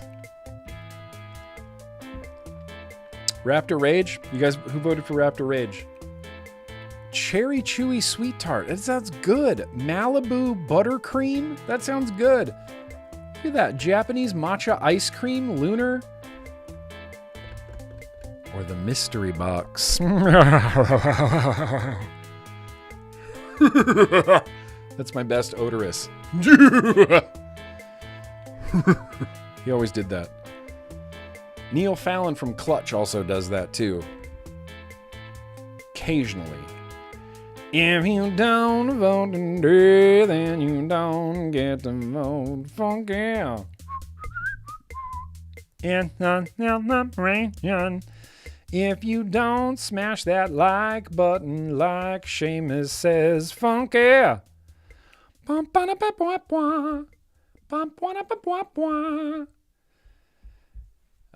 don't think nothing's beating the Raptor Rage. The timer's done. Oh, you can't. The timer's done.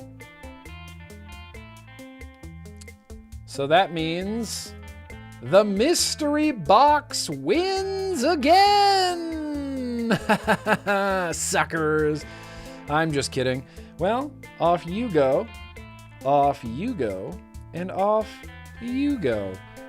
To wait for an audience of less discriminating tastes. Well, it's almost become like just a thing I can do now. If there's a liquid that I really want to taste, I can put it in the mystery box and you guys will vote for it every time. I can put it in the mystery box and you guys will vote for it every time. You know what's in here? You know what's in here? It's something that got passed over many, many, many, many, many, many, many, many times. Rocket Bunny's Honeydew Bubblegum. Can you believe it? We're finally doing the damn thing. Hell yeah. Thank you, Mystery Box. Wow, the Mystery Box was the best innovation for this stream. I mean, literally ever. Literally ever. The mystery box for the win.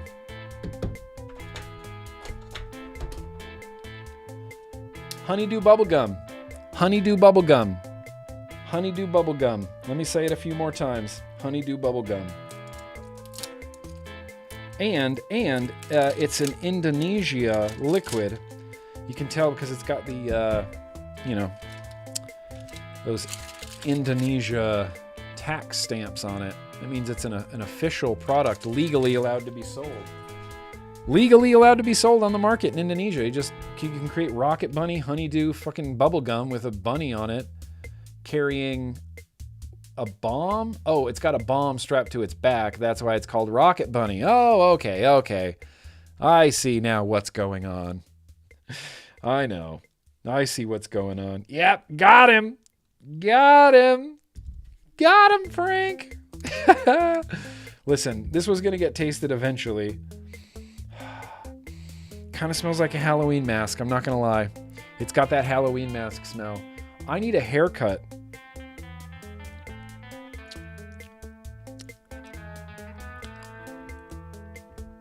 Oh, Rocket Bunny. Why'd you do me dirty like that, bro? Why'd you do me do that? Why'd you do me dirty like that? And do you see what warnings they have on here too? Look at this warning. Can you read that? E-liquid is an alternative for smoker and not suitable to be used by a non-smoker. Just a little helpful warning. Here's where we're at. Oh man, this might not be rad. This might not be rad, but I'm gonna juice it up. I'm gonna juice up this recoil. This might not be rad. That, and I think it's a 6 milligram, which is like a rest of the world 9.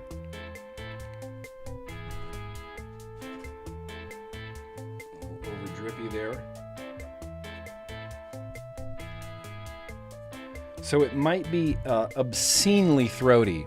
Obscenely throaty. Well, here. You know what's going to tell us if we vape it? All right, cheers. Rocket Bunny Honeydew Bubblegum from the mystery box. I'm scared of this. I'm scared of this. I'm actually scared of this. Oh, God in heaven. Whoa. Whoa. Whoa.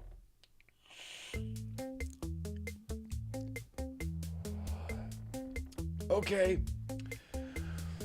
I'm going to sound like RFK after I vape this. I'm going to sit back with this for a second. Just going to vape it.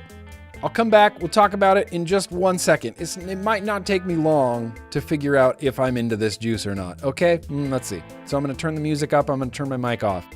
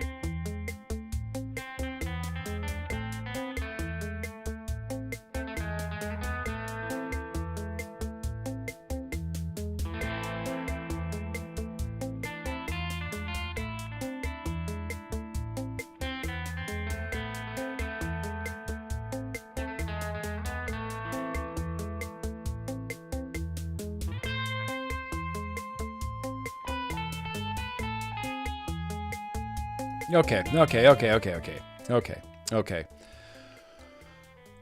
Whoa. Okay. Holy shit. It's been a long time since we've had just a really offensive liquid. Really offensive liquid.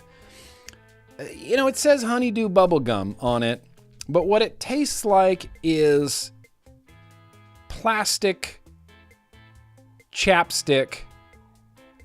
Sweet plastic chapstick. That's what I taste out of this. Insanely cooled, insanely iced out plastic chapstick. Off of a dripper, I can barely take a rip. It's 6 milligram Indonesia, which means like 9 milligram everywhere else in the world. So in a pod, it's actually an enjoyable experience and I can kind of taste the flavors. But off of this dripper, bad scene. Bad scene. Should not have done that.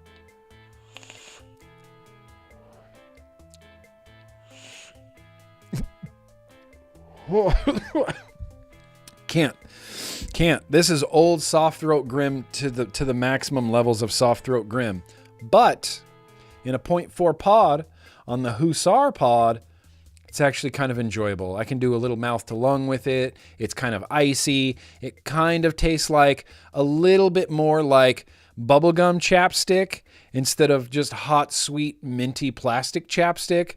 This actually kind of tastes a little bit like honeydew chapstick. Really iced. Really iced. Really iced. Did I say it's really iced? It's a bit shit. Look, and I don't want to try to be so mean to Rocket Bunny. I don't know exactly where I picked this up. Somewhere in Indonesia, you know, at a booth in Indonesia. I'm sure that's where I just picked it up based on the label and the flavor, honeydew bubblegum. Whoo! It's intense. It's intense. But this is actually not too bad.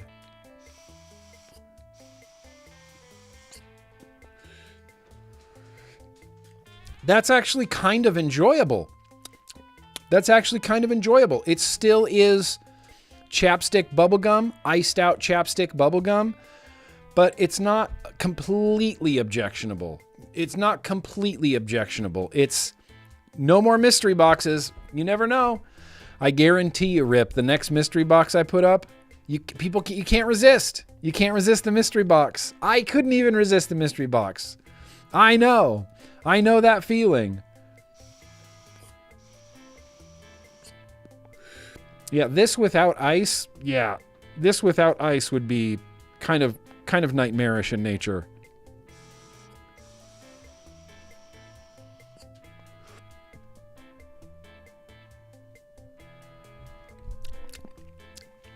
It's acceptable out of a pod. Kind of bubble gummy out of a pod. Chapstick, iced out sweet chapstick bubble gum out of a pod. Out of a dripper, it's a nightmare. It's just death. It's just death and disease. Just awful. But out of a pod, hey, not so bad.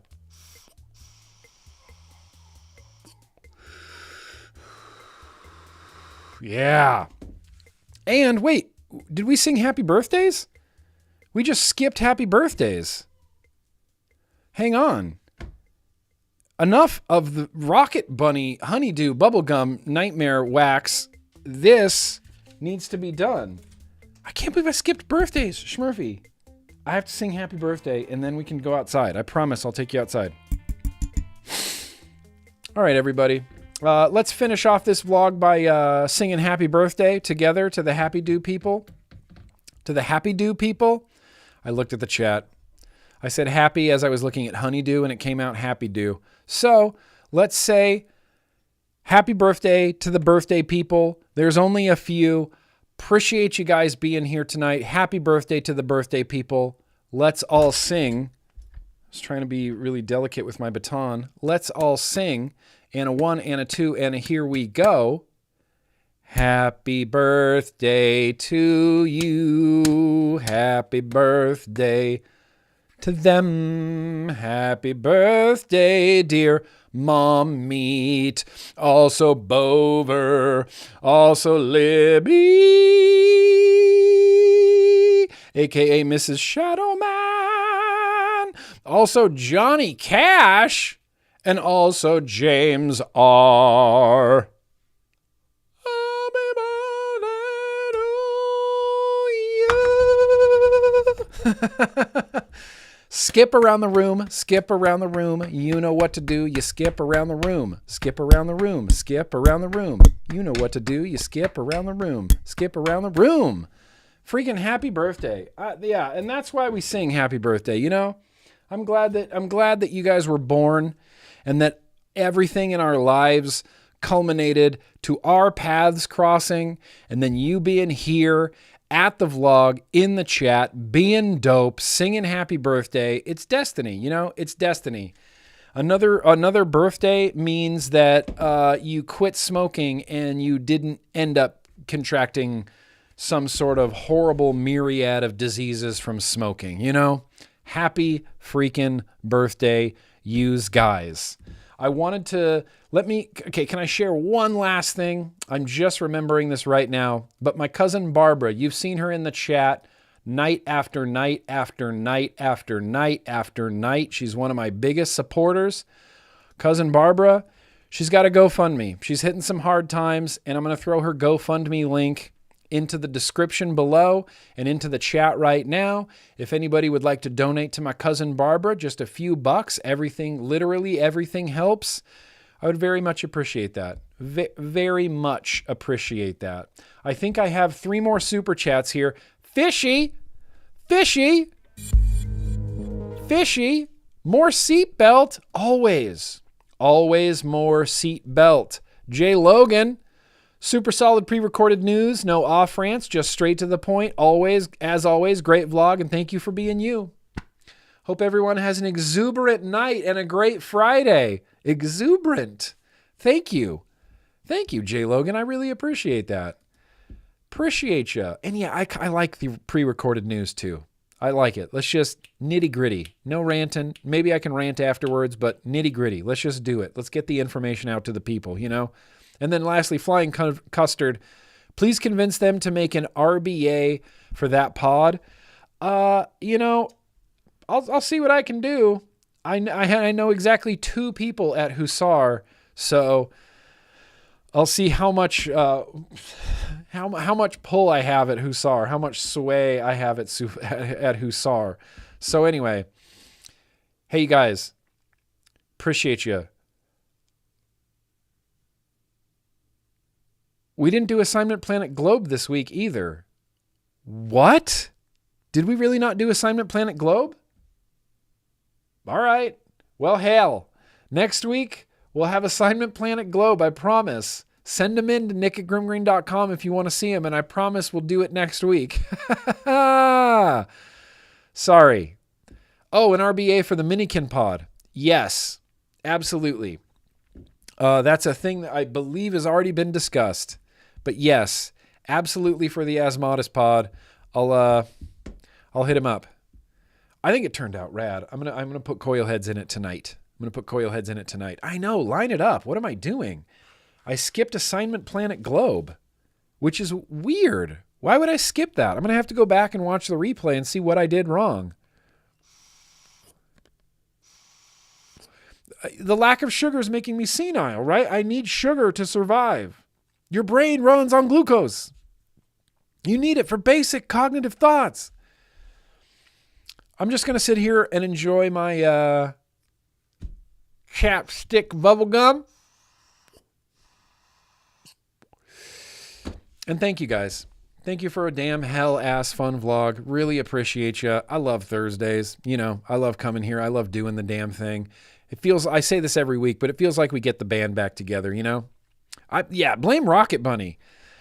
Yeah, that's right. Let's blame Rocket Bunny for that. I have eaten a McRib in my life. McRib 1000. Absolutely, I've eaten McRibs. Thank you, Exhale. Appreciate you guys keeping it real on Twitch. Appreciate you guys. And I'm going to say goodbye. I'm going to say I love you. I'm going to say vaping's going to change the world. And I'm going to say we're going to say goodbye as we do with Homeboy OC. You know, it's my BFF. It's Homeboy OC. Maybe it's the dementia from all the vaping. Oh, man. I didn't even think about that. Do I believe in God? Wow, you're asking some heavy-hitting questions here at the end of the stream, McRib. I personally don't believe in a creator, no. I don't. I don't believe in any gods. Not just that one, but all of them. Mithras, Osiris, Dionysus. I don't believe in any of them. There's been, something like 9,000 different worshipped gods over the course of humanity. I reject all of them. I reject all gods. No gods, no masters. Bodily autonomy. That's where I fall. All right, so ending this on a light note.